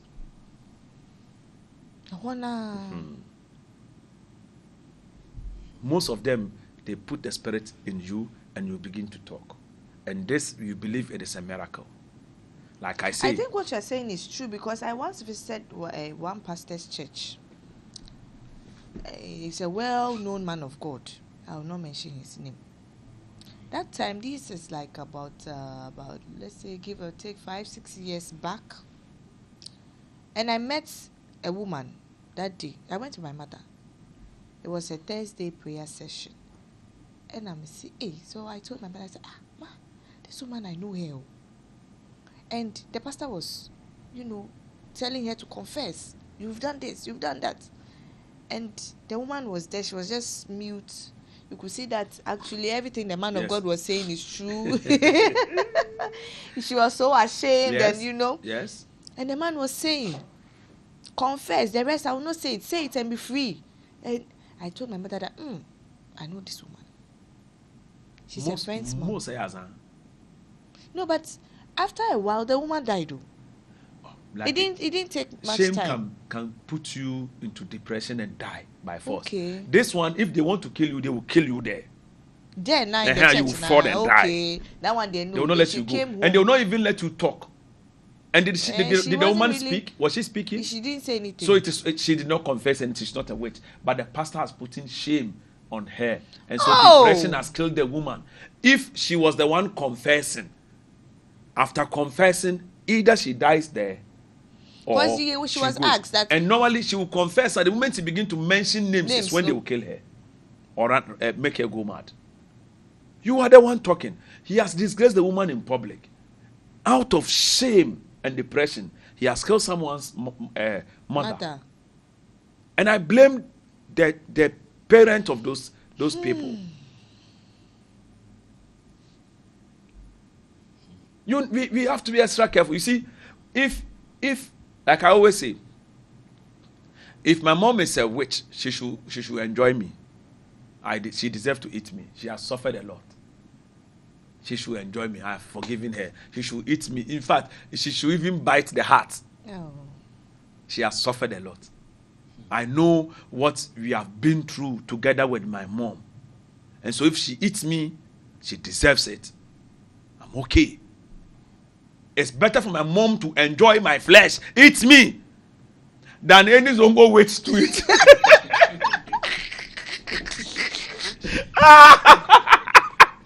Hey, we are suffering. This is just knowledge, wisdom. You need to know this. Most of us don't know. Yes. Most of us don't know. Sometimes those prophecies is calculation, Queen Liz. You go to church, and you sit. Sometimes some anonymous person will come and sit close to you and be talking to Questioning you. Yeah, questioning you. Then you'll be testing the pastor. And that is when they begin to do. Over here, on this lane, there is one over there wearing yellow clothes. The name no start with L-I Z Liz. Oh, Liz, Then you come. Juma. No, why do you think your pastors come to church always late? Everything has been filed and it's on his pulpit. Waiting. So he has message. You know his voice. On my left, Fifi, wearing blue black wab, jeans top The and down. description From Kaswa, he says, "It is suffer." So you bring the prophecy clearly. A calculation. They don't know anything. They don't have anything. He wants his client to pay. When did Jesus do that? When? So most of the Christians don't even worship God. It's about I'm going to the pastor for spiritual healings, for this healings. And the moment you begin to think somebody they worry you, somebody they do you, you will never progress. Because instead of taking responsibility, you blame it on people. It was your own negligence, your own mistakes. Instead of doing corrections and working out to get it, you begin to blame the old mother in your room. You forgot that she was once like you. Sometimes it is because of you that your mom did not complete her education. Sometimes it is for your sake. That is why her parents chased her out of the house and she became poor like that. Wallahi billahi, let's be extra careful on the things we do and how we treat our parents.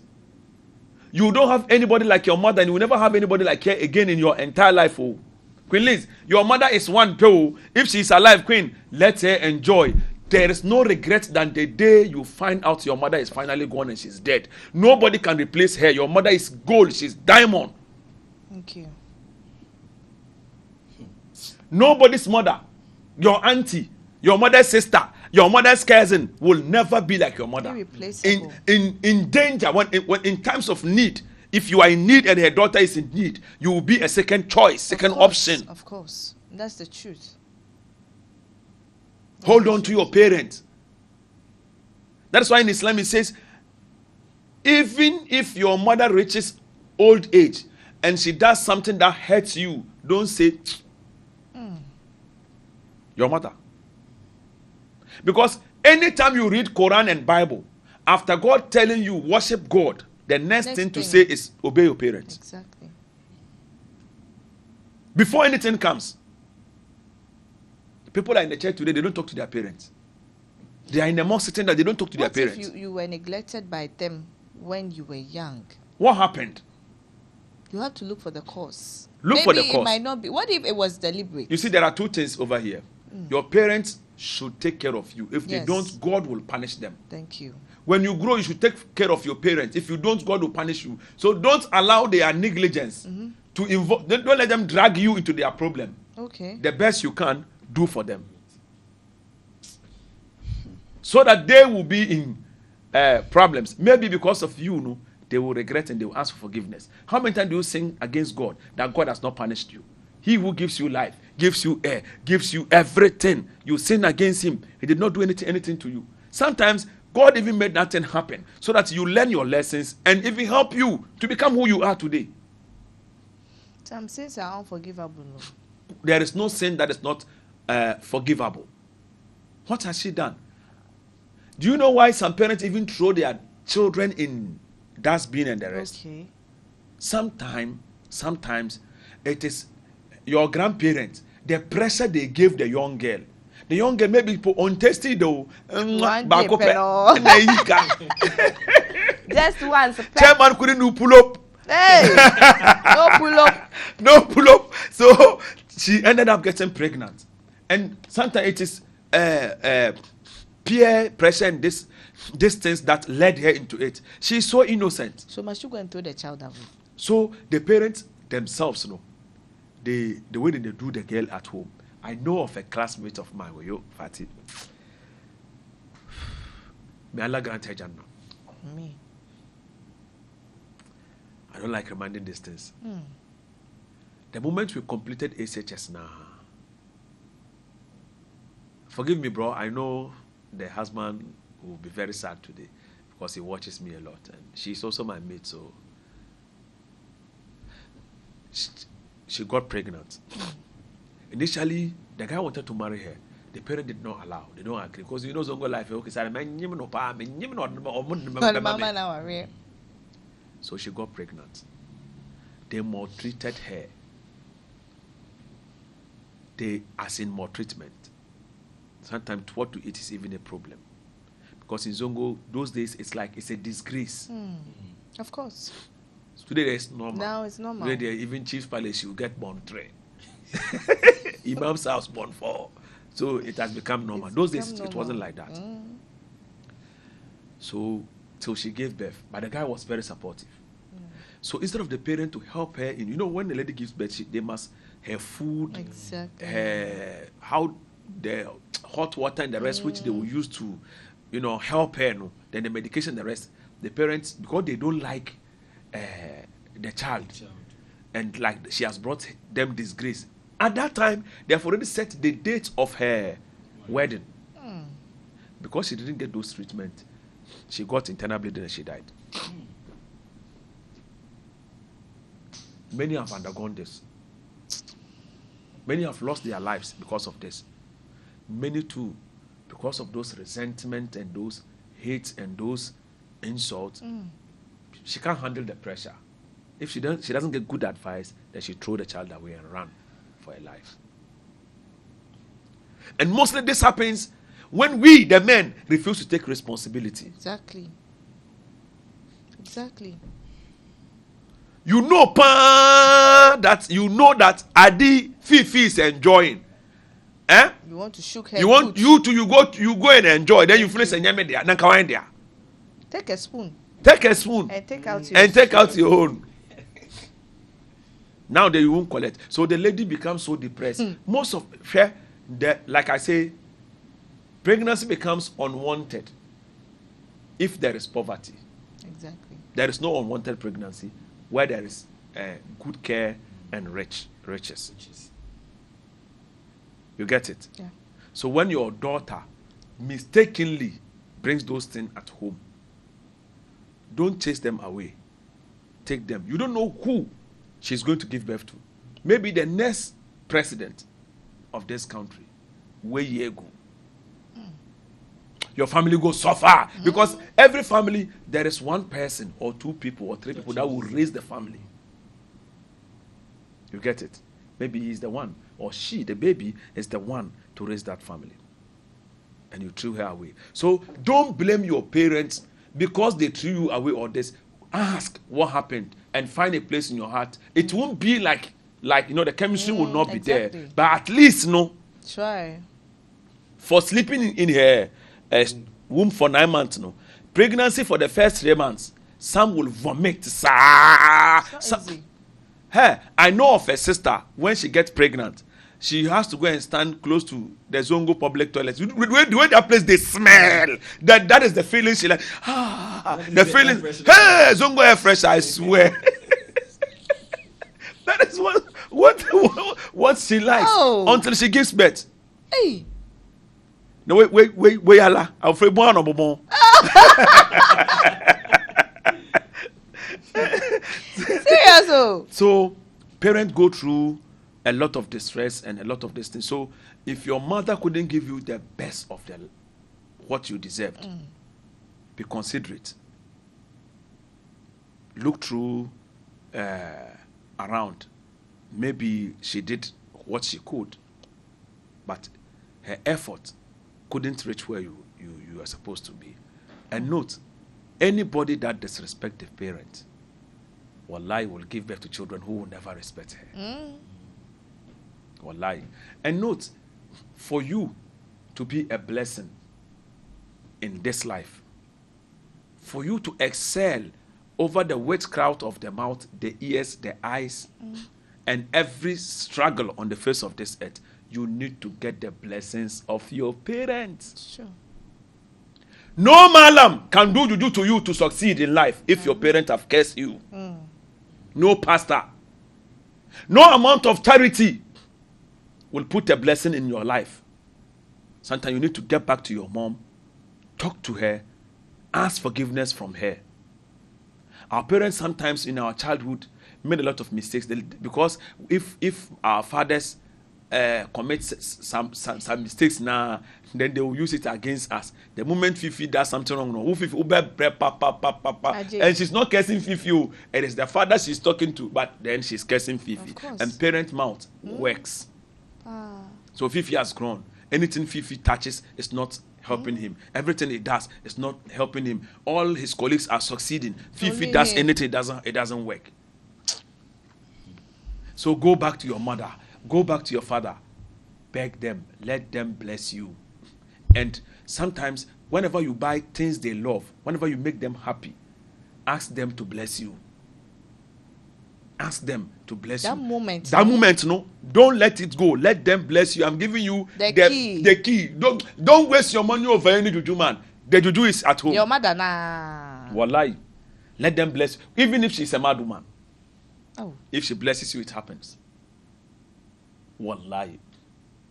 Even if she's a mad woman, give her, let her, the moment she does, may God bless this. Asa. We are singing in Kambom, they cannot. Let me give you the reason why Pharaoh lived long, even when he was disobeying God and committing all evil, but God did not destroy Pharaoh. Then you be there envying someone. Do you know? No, because Pharaoh loved his mother. He will never sleep until he has fed his mother. He himself will feed the mother. And make sure he has put in his mother to sleep. Because of that, God told Moses that I will not destroy Pharaoh. Moses was the mouthpiece of God, talking to God directly. Pharaoh was obeying God, but respected his mother. God said, I will not destroy Pharaoh until his mother has died. The very year the mother of Pharaoh died, that was the same year God destroyed Pharaoh. Mother's prayer. Mother's prayer. Mother's blessing. Kai. Sometimes I wish my mom is alive. You have mother. You have mother.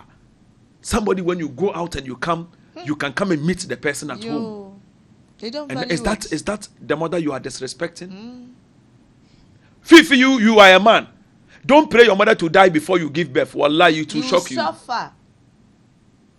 The day your wife is going to give birth, That's you wish your mother is alive. Your mother. Yes, that's true.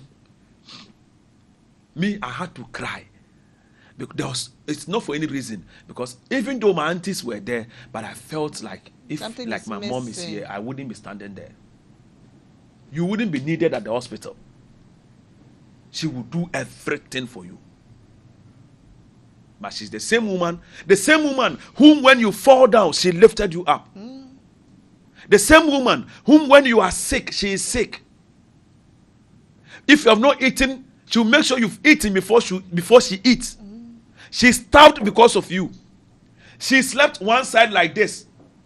She never slept like this. Because of you. For 9 whole months. For 9 whole months. And when she was giving birth to you, she was standing in between death and life. She bled because of you. She screamed. One niece of mine, my niece, she was very stubborn. So she got married and she was going to give birth. The husband called me, Malam, you've been to me, oh, Malam, bro. So before I entered the government of the entrance there, I heard her voice. Oh. And she was calling me, Wofaye! Oh. Her mother is dead, my sister, the one I'm just following. Me, your mom, she And they carry that. Oh, boy. Wallahi, I heard the voice at the entrance.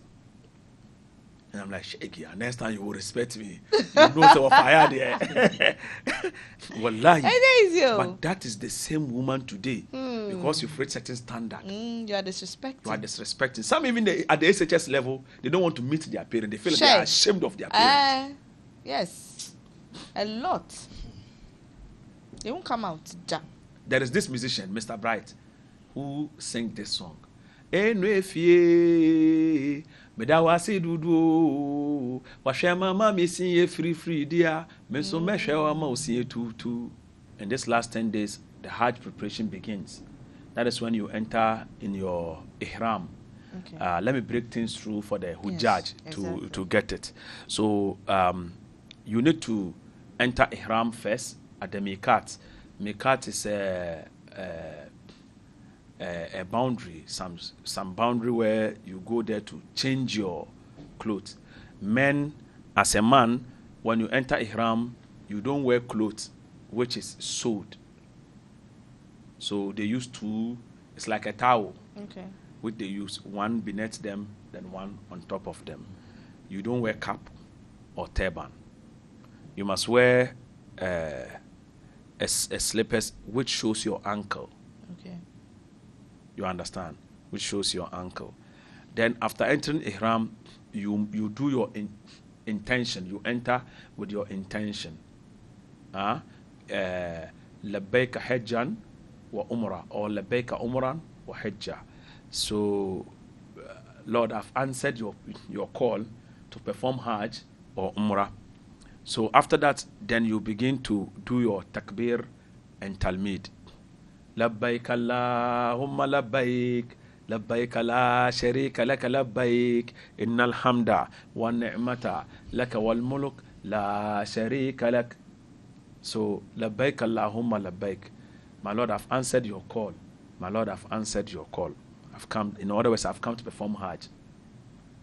Labbaik la sharika laka labbaik. I will never associate anything with you. I'm here to worship you. Innal hamda wa ni'mata, all praises and all bounties like belongs to you. Wal muluk, and then sovereignty or dominion belongs to you. La sharika lak, I associate no partners with you. So once you do this, you must observe your 5 daily prayers. 1, and you must be patient in performing your hajj. You must be humble and also be gentle with people. You must help your fellow pilgrims if they are in need, and also maintain cleanliness and piety. You must read and reflect upon the Quran. If you can't, where they are reading the Quran, go and listen. The one who reads and the one who recites all share the same reward.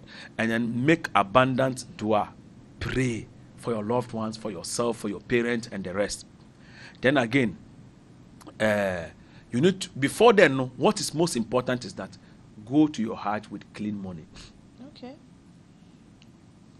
No olosho money. No olosho money. Okay. Gambling money doesn't go. Fraud Olosho money money doesn't go. Fraud money doesn't go. Hey. Anything, any money that you yourself you know is not clean, you will go, you come, you call you al-Adha, but note that it is what you went for excursion. Note that very well. And then there are costumes for men. Okay. And then what costume for women, and what men and women should do. Let me start from what we should do. In the Hajj, in the last 10 days, you don't cut your hair. You don't shave. So you don't trim the philomena, you don't trim. You leave it like that. Hey. You don't clip your nails. And this goes to somebody who will not also go to Hajj, but will perform the sacrifice, will perform the udhiyah. He will also do these things. But he who did not go to Hajj will use perfume. But you who went for Hajj, male and female, you will not use perfume. But you will not use also a strong scented soap. And you do not hunt animals. You don't go to Hajj and then stone them. Atiase. Then again, you should. There is no marital intimacy in Hajj. Okay. No marital intimacy in Hajj. You don't fight in Hajj. So some people will go to Hajj and perform and do olosho. Yo. If you go to Hajj and you do olosho, even with your wife, Hey. even with your wife, your Hajj is nullified. You see, if you go to Hajj and you do olosho, your Hajj is nullified. And then you do not fight, insult, argue, and do not uproot plants near the haram. Today there's no even plant over there. You don't uproot plants over there. Wow. Now for men, you do not wear stitched or fitted clothes. Like what I'm wearing now, you don't wear. Like I say, it's like towel, mienu. One will cover from your cord, your navel, to your hair down there. Then the other will cover the top. For women, they can wear the abaya hijab and any long dress, but loose. Our women are always going to. Some of them you see them in Hajj. The skinny they wear, no, AG, sexy girls. Hajj when sexy romantic girls, no sexiness. You are going to Hajj, it's a replica of the Day of Judgment too. So, so, sexy. Hey, slay. Slay queen. Hajj, you careful. So the men will not cover their head and they do not wear socks or closed shoes. Like I said, they wear slippers which in with their ankles will be seen. Then there are things that if you miss in Hajj, your Hajj is totally over the bar. And there are things if you miss, you have to perform certain sacrifice. Then your Hajj will be accepted. Okay. So these are things that if you miss in Hajj, your Hajj is totally over the bar. Now, first is ihram with intention. Ihram is where you go and change your clothes. You remove all these clothes and wear those. For men, you don't wear, it is anti-pay. Hey. No, on the Day of Judgment, you stand in front of God naked. Wow. Naked became the white clothes we use. I will tell you for that one too. So, you go there anti-pay, but with those, you cover yourself. For women, they can wear their abaya, dress decently. Abaya, so nothing under. But even if something is under, no woman they protected you. Okay. But for men, no there. This is our aim. Then secondly, standing at the Arafah, Wukuf. Arafah is a mountain Arafah, which they will stand from morning till sunset on the 9th of Zulhijjah. They will stand there till sunset. If you fail that standing, your Hajj is invalid. You can sit. Ooh. So if you can sit, you can stand there. But if you fail, you don't go there. Hajj na bebe. Cost 90. Wow. Then, for the Prophet said, Al-Hajju Arafah. So if you fail Arafah, you don't have Hajj. Then, Tawaf al-Ifada. Tawaf al-Ifada is the main tawaf after returning from Mina. Going around the Kaaba is called tawaf. So if you don't do it, circumambulating around the Kaaba, and if you don't do it, Tawaf al-Ifada, your Hajj is invalid. What berekra you must do.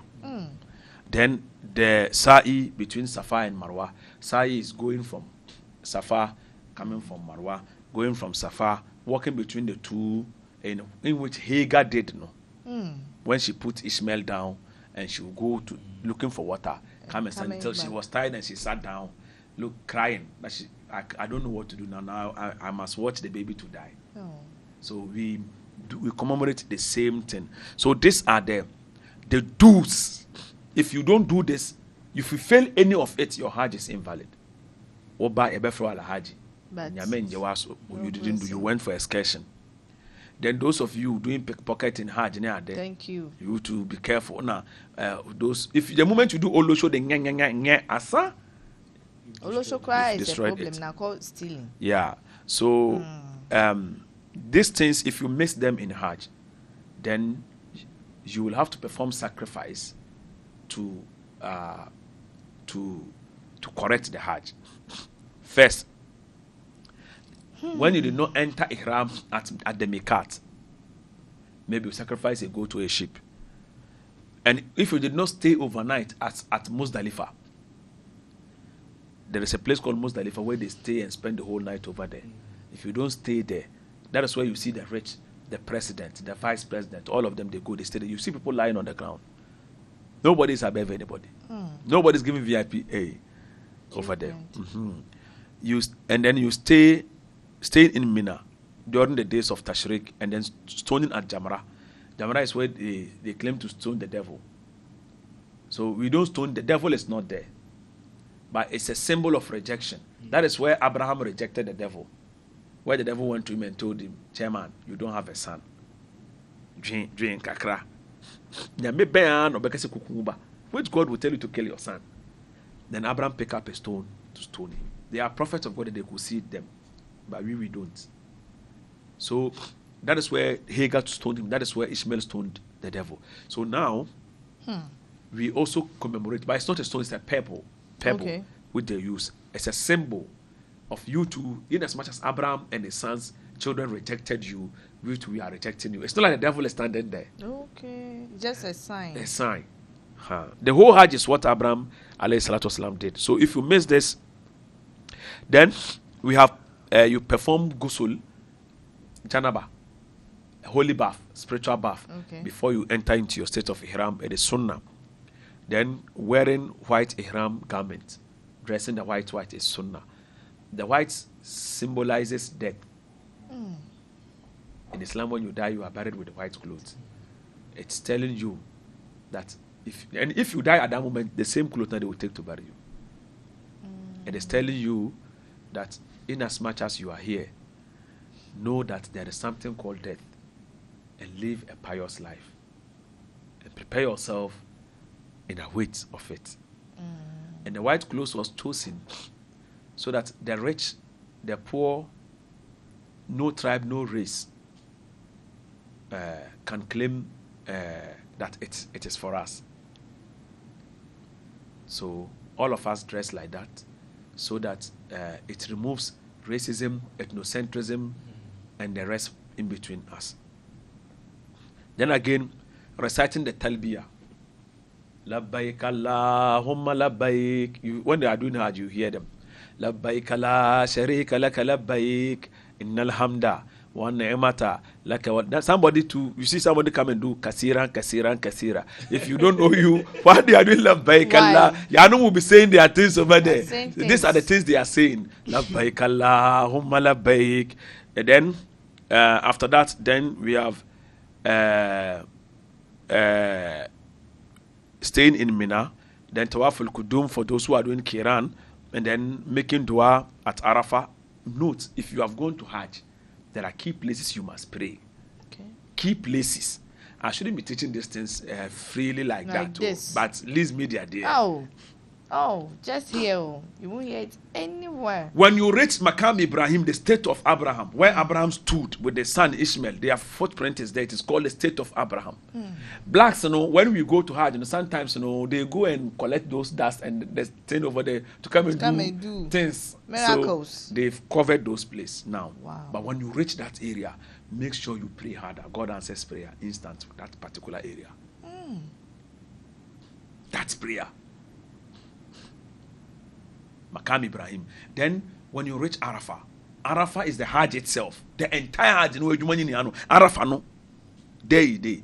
So don't miss. You are sitting there. No, you didn't just go there to go and gossip. So go for when we go there, we gossip and throw. When I go to Suedra, that is why I'm going to show them. I'm going to wear my golden teeth to go and show them. And that's not it. That is where you pray. Your children are suffering. Ghana is suffering. We need money. Ask for money. Ask for long life. Ask for forgiveness. Pray for the dead. Pray for your nation. It is a place of prayer, and God is going to answer your prayers. Then we have you have to walk calmly, because if you walk gidigidi, you might even push someone on the floor. Then we have mustahab act, things that are recommended, which is the talbiyah. The talbiyah is the labbaik Allahumma labbaik. Then the takbir, Allahu Akbar, Allahu Akbar, Allahu Akbar kabiro, walhamdulillahi kathiro, fasubhanallahi bukratan wasil. Those things you must be saying them. Then reciting the Quran, giving charity. Some who don't even have money will buy beans, these grains, and go and give doves. Okay. Then you should smile in helping others. Don't give people benyo face in Hajj. Don't give people benyo face. Then drinking the Zamzam water is also recommended. Then facing the Qibla during your dua. Make sure you face the Qibla. Kaaba, no, when you pray.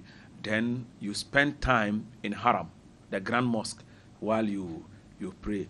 Then you also visit Islamic site respectfully. These are mustahab, like visiting the grave of the Prophet where he received the first revelation. But I always say when you go to Hajj, it makes sense after visiting the Hajj, go to the Prophet. go and say salam to him. Go to the Prophet. Inshallah, go and visit. So we need to know this. For a woman, you must wear loose clothes. Don't go and wear microscopic dress. Men over there are anti-pay. So don't. Sometimes the boxers that calm things down.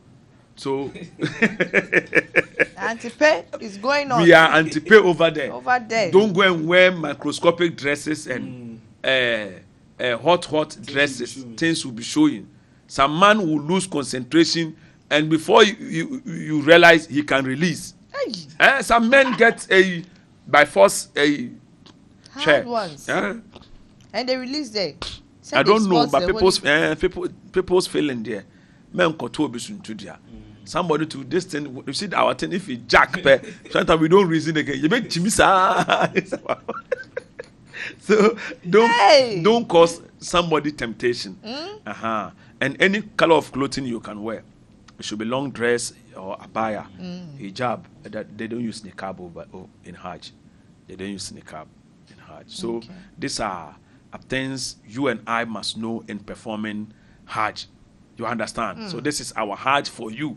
Today, we who will not go to Hajj, we also must fast on the day of Arafah. Okay. Some are fasting in the full 10 days. But what is much more authentic is that on the day of Arafah, the Hujjaj will not fast. Hujjaj are those performing Hajj. They are standing on the Arafah. We over here in Ghana, we will also fast. The whole Ghana. Wow. Your Osano, it will start again. So we fast. And then we can use goats, sheep, cow, or camel for the sacrifices. And the sacrifice is done after Eid. After we've closed from Salah. Eid, And you must wear your best of clothes. Okay. Wear your best of clothes, then you go and pray. Use your best of perfumes, and you go and pray. Sometimes, some of us somebody will be dressed. Don't do that. Dress nicely and go. And note, Eid grounds is not where you collect ladies' numbers. Somebody do. Olosho was selling the phone. He has made his phone ready to collect guests or numbers, so that after Eid, they will go and enjoy in various guest houses. God is watching you. So these are the things we need to know. So we must know all these things, inshallah. Now. Okay. Moving on to the next. Now, why doesn't the Quran directly mention the son's name clearly in this sacrifice story pertaining to Ibrahim's sacrificing his son, his willingness to sacrifice his son? Because a lot of, Islamic tradition strongly associates the Eid al-Adha with the Prophet Ibrahim's sacrifice. Now. So, did you get my question? No, can you take the question back again? Okay. So now, pertaining to the sacrifice, why doesn't the Quran directly mention the son's name clearly in the sacrifice story? No, it's mentioned. It's mentioned because the Quran spoke about. You see, when the Quran is talking about things that are already known, okay, it doesn't mention names. Okay. Things that is already known. It doesn't state it clearly. It states clearly, but I don't need to mention the name. The Arabs, their grandfather is Ishmael. So he's talking about their grandfather. You don't need to mention their name. Okay. You know your grandfather. Why should I mention his name? Say I know, but other people might not know. Someone it is new something to the that religion. is known. Okay. So that is why it is talking about two people. He spoke about Ishmael after the sacrifice. No, and he said it was after the sacrifice that Isaac was born. That means if everyone knows it is Ishmael. So after the sacrifice, now that Isaac is going to be born. Well,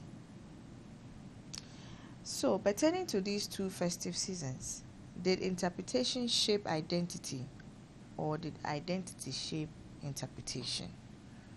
So the thing is, both worked hand in hand. Okay. So the interpretation brought the clear identity. Okay. And identity too was already known. So it is only people who wants to bring. If I'm Queen Liz, you are 2. You were only 2 people born by your parents. Okay. And you are the eldest. And I said, Queen Liz attended ACHS. After she has, I said the first son, a first daughter, attended ACHS till she completed. Then the second one, then I mentioned the second one's name, Fifi, was born. That I don't need to mention Queen Liz again. You understand? Because everyone knows Queen Liz is the firstborn. Okay. For instance, everyone knows Akufo-Addo was the former president of Ghana.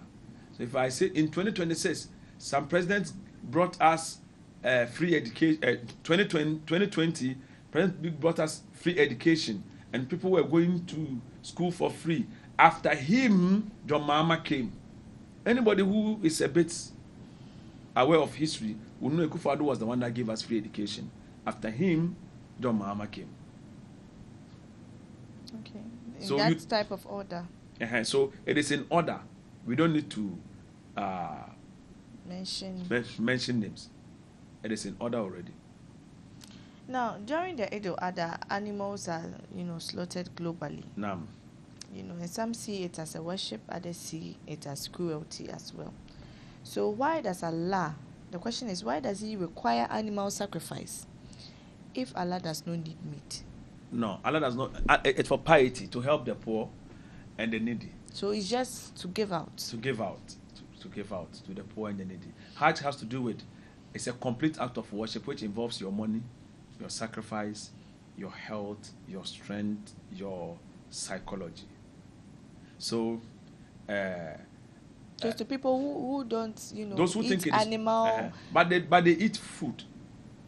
Well, Food are from plants. Plants. Are they living things? Yes. So running. So it's like saying I won't eat fufu, Okay. but I will eat cassava. In other words, you are pounding the fufu in your stomach. You didn't pound it in the So it's mortar. the same. But So your- cassava is your a living tummy will thing. do the digestion. Beans is a living thing. Egg is a living thing. Egg cry, you've eaten full chicken. Me, I only ate the wings. And you are crying. No, it's about you. You know the slaughtering, no. And the cutting of the cassava, no. Yanko. If it is plantain, the chopping of the plantain, no. Say that one is ripe. It's ready. And the animal too is ready. That's why cows will be 2 years. Goats and sheep is 6 months to 1 year. Then camel 5 years. So they too, they are ready. Now, Tell these vegetarians that they should spare us these things. They are eating, they too, they are eating living things. If they are vegetarians, they should drink only water.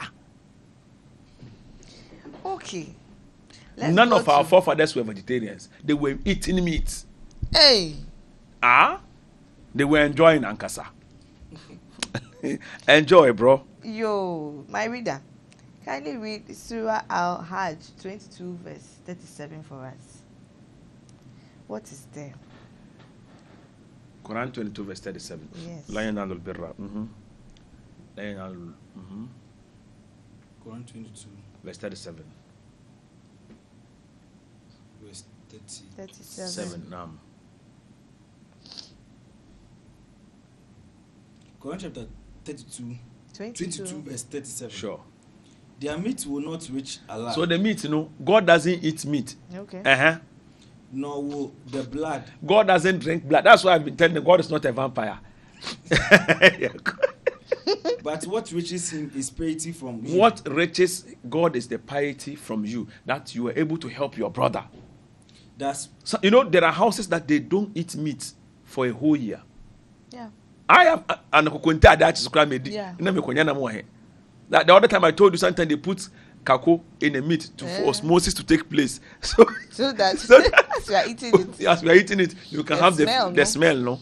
Hey, flavor, no. So at least, the meat is distributed to the poor and the poor countries who are suffering and the needy around. Now, thus have we subjected them to you, that you may glorify Allah. So Allah said He did all this, subjected those animals to us. Else, you cannot catch a wild sheep in a bush. You cannot catch it. So Allah subjected them for us so that we can glorify Allah and use it to help our brothers and our sisters. It's okay. So now, if Allah only wants piety, could the symbolism have existed without killing animals? But piety is not necessarily on the killing of the animals. Okay. Even when you give money to help your brother, is part of piety. Fasting is part of piety, charity and the rest. Exactly. But the symbolism was on Abraham's. What happened between Abraham and Ishmael is what we are commemorating. So that's why we sacrifice the animal. And it is not Allah who needs the blood, nor the meat. It is we human beings who will still cook our thing and enjoy. That's why you divide the meat into 3. Give one out for the poor people around who did not eat or who couldn't do some. Then give one out to your keep one for yourself, and then share one to your families and your relatives. Now let's go to one thing that confuses the world, every year. Now Muslims sometimes celebrate Eid on different days. Some countries faster, longer, some celebrate it earlier. Now, how can a global religion still struggle to agree on one ideal date? Oh, no, but Hajj, we all agree on one date, but it is the fasting. The fasting, no? So the fasting, no, it's lunar. We work with lunar. The lunar calendar. Now, the lunar calendar also has to do with the crescent. Okay. Day 1, you must be able to find day 1, the first day. You understand? The problems involved is that we are living in different continents where maybe we are at let's say 5 o'clock over here, and by 6 o'clock, by 5 o'clock in Ghana, it might be like 5 o'clock a.m. somewhere in Australia. You understand? Exactly. So here it is evening, there it's in the morning. So the weather and the rest and the crescent may appear somewhere before it appears somewhere. You understand? Yeah. So that is why sometimes we have this a bit of misunderstanding. The Prophet said, if you see, fast.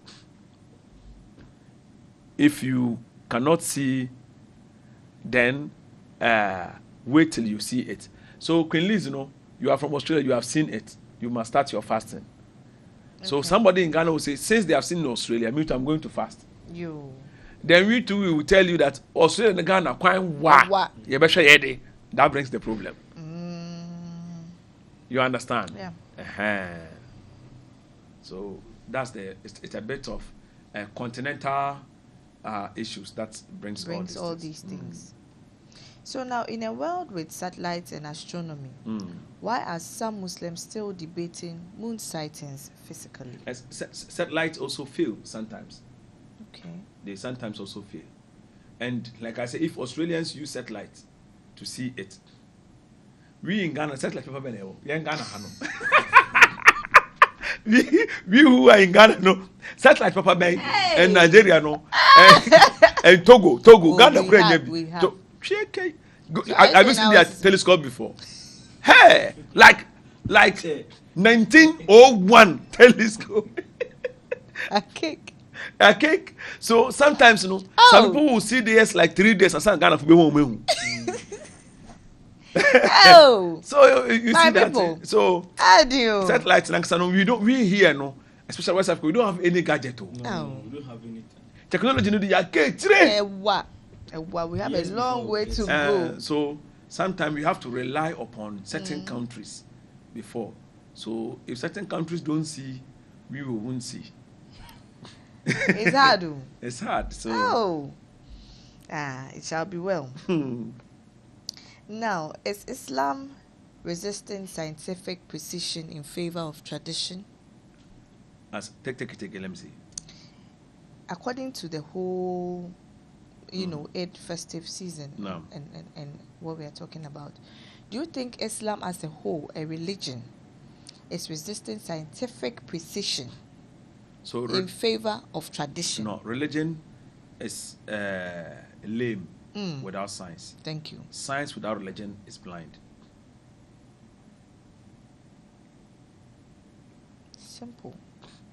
So they work hand in hand. Simple. Now let's go into history, Kakra. Now, Did Eid celebrations replace pre-Islamic Sure. Arabic festivals? sure. Or were they completely new divine institutions? No, it removed the pre-Arabic festival Arabic. where at those times women and men will be performing tawaf naked.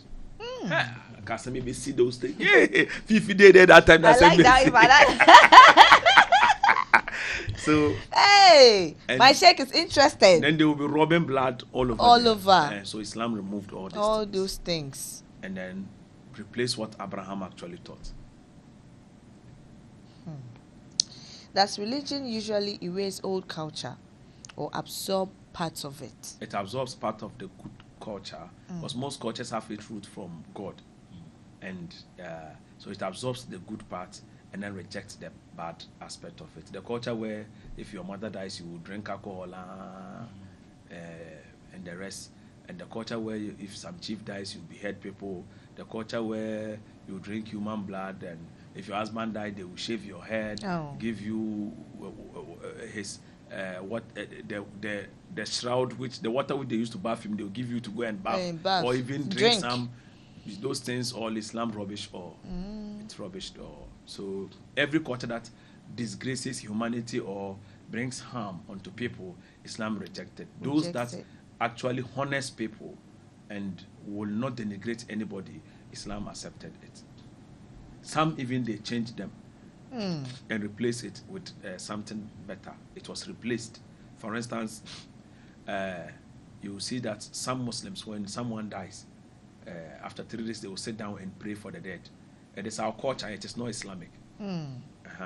When our forefathers brought Islam in Ghana, they said, okay, in Africa as a whole, when our forefathers, those who were not Muslims, when someone dies, they will perform 3 days, they will drink 1 week, 40 days. You do it in there, and they will be drinking alcohol small, and then do those things, sing and dance. And so Islam said, okay, why don't we remove these things and then sit down and pray for the dead? So their forefathers began to bring those things. So on the third day, instead of singing and dancing and drinking alcohol, they sit down and pray for the person who has died, and welcome any visitor and ask him, is he owing you this, or do you have something that he gave to you? Then you sit down, you also pray for him till now. So now, as Islam is growing, some scholars are saying don't even do it at all, because now we have understood Islam. Our forefathers brought it so that it will. So if I'm telling you, Queenliz, don't do this, don't watch television. I must give you an option, else when you are left stranded, you might do even worse. Exactly. So they removed that alcoholism and the rest and replaced with the prayer. So that's how it is. So Islam doesn't negate your culture, absolutely, but if the culture is not bringing good impact, it goes against it. Now, have Muslims commercialized it same way as, Christmas has also been commercialized? So in Islam, there is what we call riyah. If you do riyah, if you are doing your things for people to see, people to praise, it becomes haram. That thing is it's like associating partners with God, because you did for people to praise you. Exactly. So we in Islam, it's not like that. Eid is supposed to be religiously, spiritual closeness to God, awakening your consciousness and showing gratitude to your Creator. That's it. That's it. Now, do poor Muslims sometimes feel pressured or spiritually inferior during these celebrations? Eid itself is supposed to help the poor. Okay. Give them food, clothing them, give them all sort of. So they are supposed to be happy. But we know we don't help them. The rich will slaughter 3 cows, 4 cows. You will not even share some. Now then, the wives do so. Oh, wives no put they say so some what to make couldn't be 3. How much will you eat? Do you think the spirit of sharing is leaving this generation? This generation, we don't share. We don't give. We don't give. Sympathy, any obium. Now. It's very sad. Now, what inner human weakness does Eid al-Fitr fight against? So the inner weakness is sin and racism. So it unites all of us together, bring us together, so the rich, the poor, all of us are standing on the mat and we are performing sujood. We stand together, we greet each other. After the Eid, we roam houses to greet each other too. We visit the sick and the rest. So it removes racism and ethnocentrism. It unites us and fight against any racist act between us. And it's poverty alleviation too. Where you must give out charity and the rest. Yeah. Are some Muslims celebrating Eid outwardly while spiritually disconnected inwardly? Yes, plenty. Some go to Eid to look for boyfriends. Hey! Some go to Eid to look for girlfriends. Some go to show off their clothes. Some go there to show off their cars. Some go there to show off their shoes. Some go there to get to steal. While you are praying, smart boy, obey your phone fast. So me now, I don't take phones to Eid. I hardly do. Because of the crowd, somebody is there purposely to be doing pickpocket. You are stealing now in front of God. You are stealing. Thank you. So these things. So, yeah. So outwardly is performing Eid, but spiritually is disconnected. Now let's come to gender. Do women experience Eid spiritually the same way men do? Yeah. Or mostly through labor and preparation? No, it's the same. The same. The same. Sometimes crying, you say the women it seems like they are cheating us because every food they hear it first, they taste it first.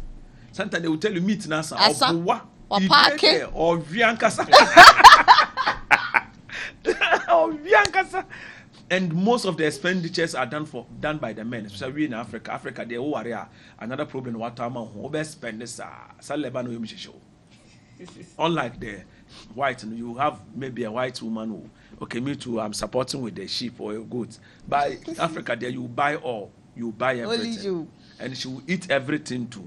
Some women before eat no master sakoto bento or mokosa. Hey!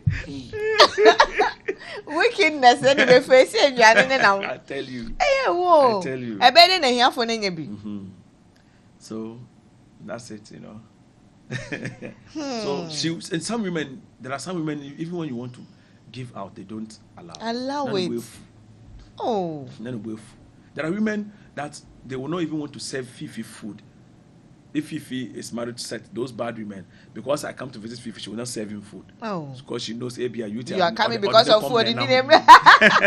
Some people too are so annoying. Hey, most of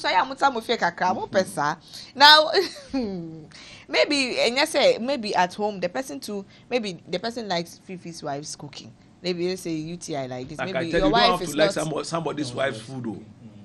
Hey, wives so like say yeah, one day it's because one day showed okay. But maybe what they still eat, so why you wondering say this one day I'll go to Fifi's house because his wife is good in cooking.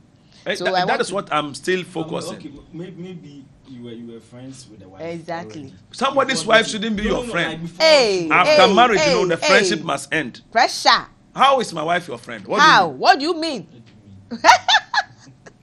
I am your friend. Stay in your house. My wife, they know it. Eat your wife's food. Eat your wife's food. You come to eat from my wife, like how? Minisane. Mama, shake account. Minisane. Many women too. But if you didn't cook at home, it makes sense for my wife to serve you. He said, baby, you need be no way. But that's what I'm saying. Okay. And even if I know you are my friend, why should I cook while you haven't? I should give you something to do, prepare some at home. That is what Islam teaches. Now, looking at women, they cook, they clean, they host the guests, and then prepare the children while the men to go and pray. Now, the question is, has culture overshadowed... Now, the women too also go and pray. But the men no go more. Sometimes the women, no, they give time. Okay. So, normally Salah will be 10:30 or 11. Then Ketwa in our area 9:30 or 9. So if you know it will delay you, they sometimes prepare the soup, they still know, then hold on, go and pray. Pray, okay. They come back, then they prepare the food. Some to use that as an excuse. Say, be our bread after doing the preparations if and she all of doesn't that. go, she has not sinned. But she goes, she has a reward. It's better she goes.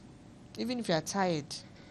That's what I'm saying. At least you are not tired. The Saturday, everybody has come home, so everybody is helping something. The energy is there. So you too, you want to go to the Eid there, at least who friends. Go and show your dress, and come. Do some show, kakra. So it's sometimes if they don't get to go, they get angry, and so they will go. They will go, and the father will maybe the one will bring a car. If he doesn't have a car, he will bring a car. Then the entire families will go, or he will lead his family when they go together. So, if Eid symbolizes unity, why does Muslim world still celebrate so differently and argue so much about it? Analogy there, who say when you know so too much, and also the Muslim world, they know too much. Overknowing. Too knowing. We know too much. We know too much. So somebody's out there even seeing mistakes in the chief imam. Somebody's over there criticizing the chief imam. Feel like he knows than him. Somebody too is there because of he wish he has the position. So they must feel my presence. Thank you. So make criticize him. You say me too. So this thing all takes part, and especially we in Africa there. Can someone celebrate Eid culturally but not spiritually? Then you went for exercise. You went to do the whole show is spiritual. The whole show is spiritual.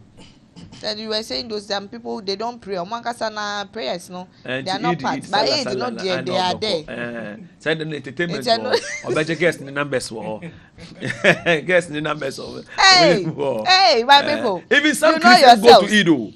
Hey, share. They go. What dress or guess numbers? Hey. Boys are bro. Boys are bread. And even on the Christmas day, Zongo boys, some of them go to church. Or what you get number? Oh yes, that one there. Oh, as I'm not saying. Hey. Sometimes 31st night. They go. Hey. Just because of what? Oh yeah. Oh, but sometimes they come because of the music and then that. Oh, we are obeying a number. Oh, yes. Baby, now he has gotten some girl. Don't take the number out. Why you be girl? The number. He has wooed some girl. The girl. He's trying to omit the number. They collect the number. You collect the number. They collect it. Then they'll use the Christmas and things to be drinking. Yeah. So when they finish, they'll go and pray. That's the major problem. Hey, whoa.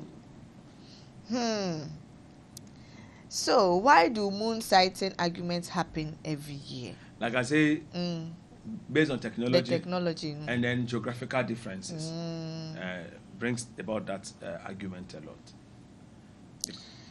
Why is sacrifice necessary if Allah only wants piety? And the piety is is in the sacrifice. By force, the shame. If you don't have money, it's not by force to do. If you have, you are supposed to do to help the poor. Like I said, the whole year. Okay.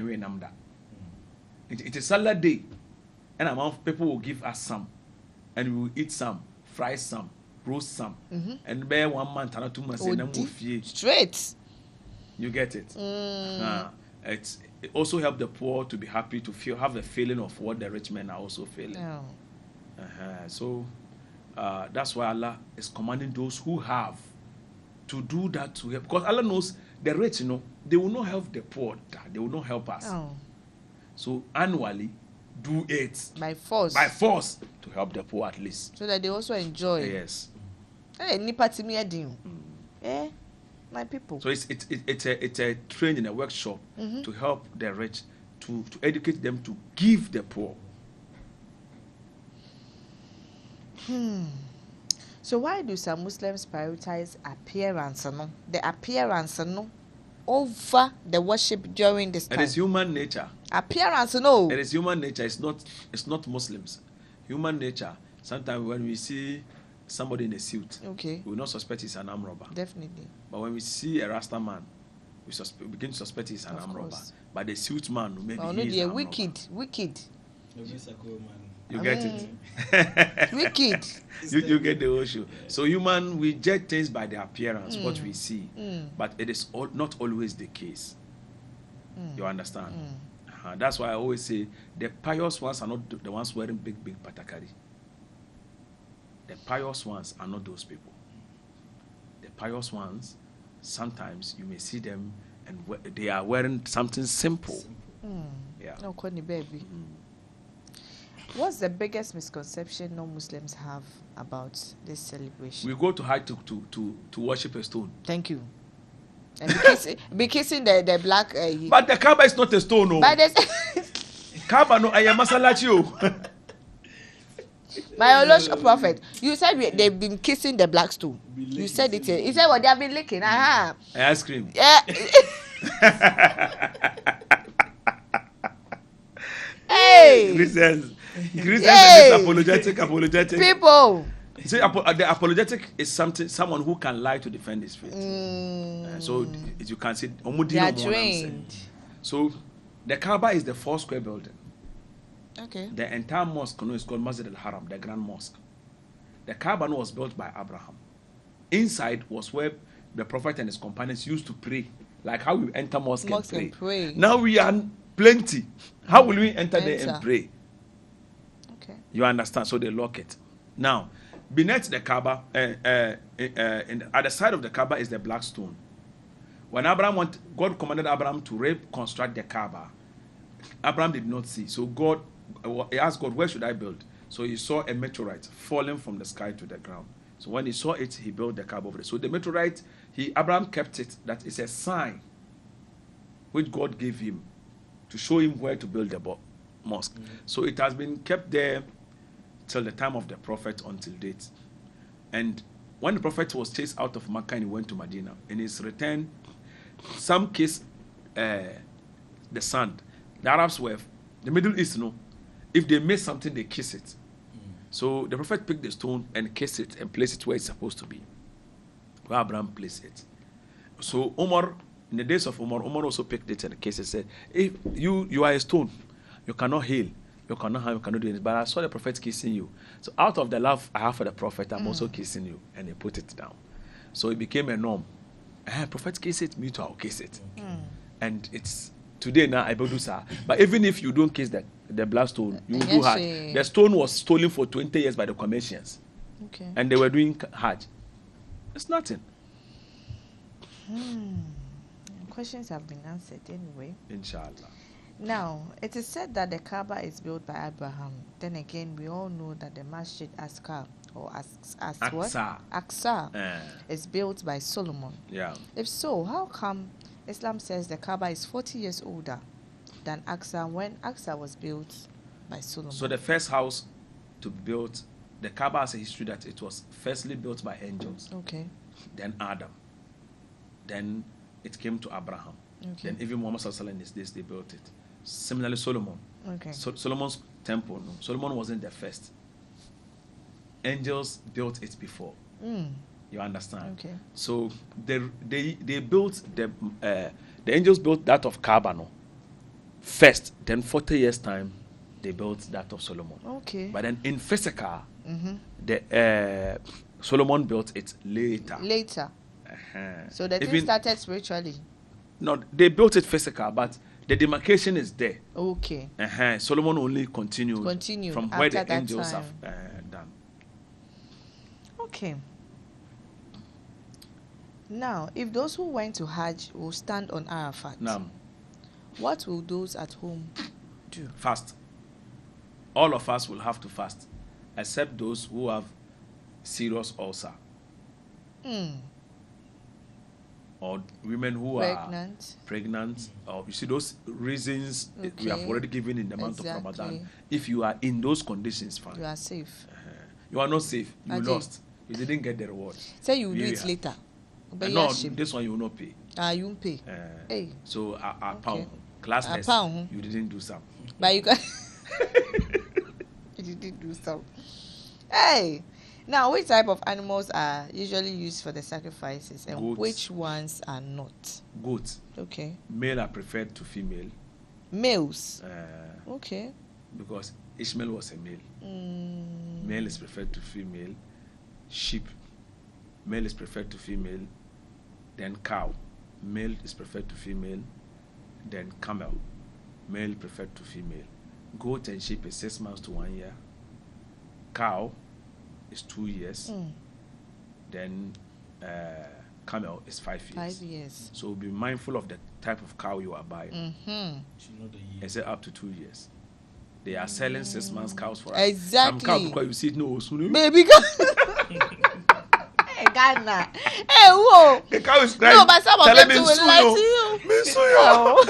I am small boy. Me know it. They will kill you. Oh, this butcher say, hey, but can't they have a system that can regulate and check these animals and to be sure, say, this animal you're selling to, because somebody will boy come, you know. It needs money because right now, what I say, it's Eid. So I need money to sort my one or two. If you deceive someone that your cow is 2 years, while it is not, God will ask you. Thank you. Oh. And some of the sellers to those businessmen today increase the price too much. Due to this, you are hindering people from being able to afford it. And you yourself know so. You have like 3 or 4 cows. What tone in here? One to up on check here, and you still go to people's house to sre meat and meat and rice. Can you imagine? So let's all show sympathy and mercy. I mean, cow for 30,000, 50,000 like how? It be vet. Cow vet. Hey, these business people. Siphon in you want to drain them. I know I plan to sell to America. Thank you. 4 pair. Budget. Budget. Anyway, is there any prophet who performed Hajj? Yeah. Abraham, okay, Ishmael, and then many other prophets who, because Allah Azza wa Jalla says all the prophets that preceded after Abraham performed Hajj, because Abraham called, and anybody that responded performed the Hajj. Now, is visiting the grave of the prophets in Medina part of the Hajj? No, it is not part of the Hajj rituals. Okay. But at least, if you love the prophet, you must visit there to say salam to him. You understand? Yeah. If you so love Kwame Nkrumah, and you at least visit around his museum, pass there and salute. Is Hajj necessary in this generation of ours? No. And then if so, why should we waste money to perform Hajj instead of using it to build industries and companies here? So before you yourself go to Hajj, Liz, then you have something. Anyway. But some to go and do a low show to get money and go. And business people and you went for excursion. So use the money to invest so that you stop your low show life. Then you get proper money and go to Hajj. But nobody questions as to why don't we use the money we are going to spend to go and watch World Cup and come home to build factories and industries. Has anybody asked that? No. People waste their money, go to Dubai, watch the beauty of Dubai, and come back home. They don't ask why they don't use to perform this. Hajj is a spiritual connection and spiritual training, act of worship, which connects us to God financially, through sacrifice, financially, with money, your life, your health, your wealth, your strength. So it's a way of unifying the entire Muslims and eye-opening. Those who perform Hajj sometimes do business. Some will take palm oil to go and sell over there. Some will go with rice. Some will go with our African wares and go and sell over there. So it's act of business too. After the prayer, they do business before they come. Some also buy those abayas, come and sell them here. They buy them at cheap price and come and slaughter us over here. They buy a buy over there, maybe 10 dinar. They will come and tell you 15 million. Those Jalabia they will use to perform Hajj. After Hajj, I'm to go. They be bola guso. And they come and sell it for us 1.5, 2 million, 3 million, 5 million, 10 million. When you know, send it high. When you know, Hey, of course. Hey, Asawo, my people. Tonight's conversation here definitely it has reminded us that Eid is more than just a celebration. Sure. My prophet, my sheikh. Please, do you have any final words you want to give to your people before we bring this one to an end? Today, it's quite unfortunate we spoke about parenting. Yeah. I was so emotional about it. Yeah. If God has blessed you with a mother or a father, you have opportunity to be rich. You have the opportunity to be rich, to live long, stay healthy, and triumph over every obstacle. The only thing you have to do is to become a slippers, where they wear you. Yani bring yourself down, humble yourself towards them, be obedient towards them, and request for their prayers. Amen. My brother, my sister, you have opportunity, which I, UTI, am lacking. My mom is not there, my dad is not there. But you have that chance. Many of us don't have that chance. We wish we had. Run to them. The suffering you are going through, the temptations and the calamities you are going through, its medication is not in the hands of a malam, in the hands of a boka, in the hands of a prophet, in the hands of any pastor. The medication is in the hands of your mother. Go to her. Go to your father. Let him bless you. Things will change. Amen. Work towards, inshallah. Amen. Inshallah. Mashallah. And there you have it. Now, Eid al-Fitr teaches discipline, while al-Adha also teaches us sacrifice. And one teaches you to control your desires, whilst the other teaches you to surrender what you love. But maybe the deeper lesson is this. Religion becomes dangerous when rituals survive, but meaning dies. Because anyone can wear new clothes, anyone can post 8 pictures, anyone can slaughter an animal, but not everyone can sacrifice ego. Not everyone can control desire, and not everyone can submit sincerely. And maybe that is the real struggle that it comes with. Now, this is what I leave you with, and I would say a very big thank you to my Sheikh Uti Dawah for this lovely, lovely insight. And then to my reader, thank you also for grounding us in the Quran and the Hadith as well. Don't just inherit religious practices, make sure you definitely do understand them. Stay safe, keep grounded. This has been Behind the Lens with me, Queen Liz. See you in the next one. It's bye for now.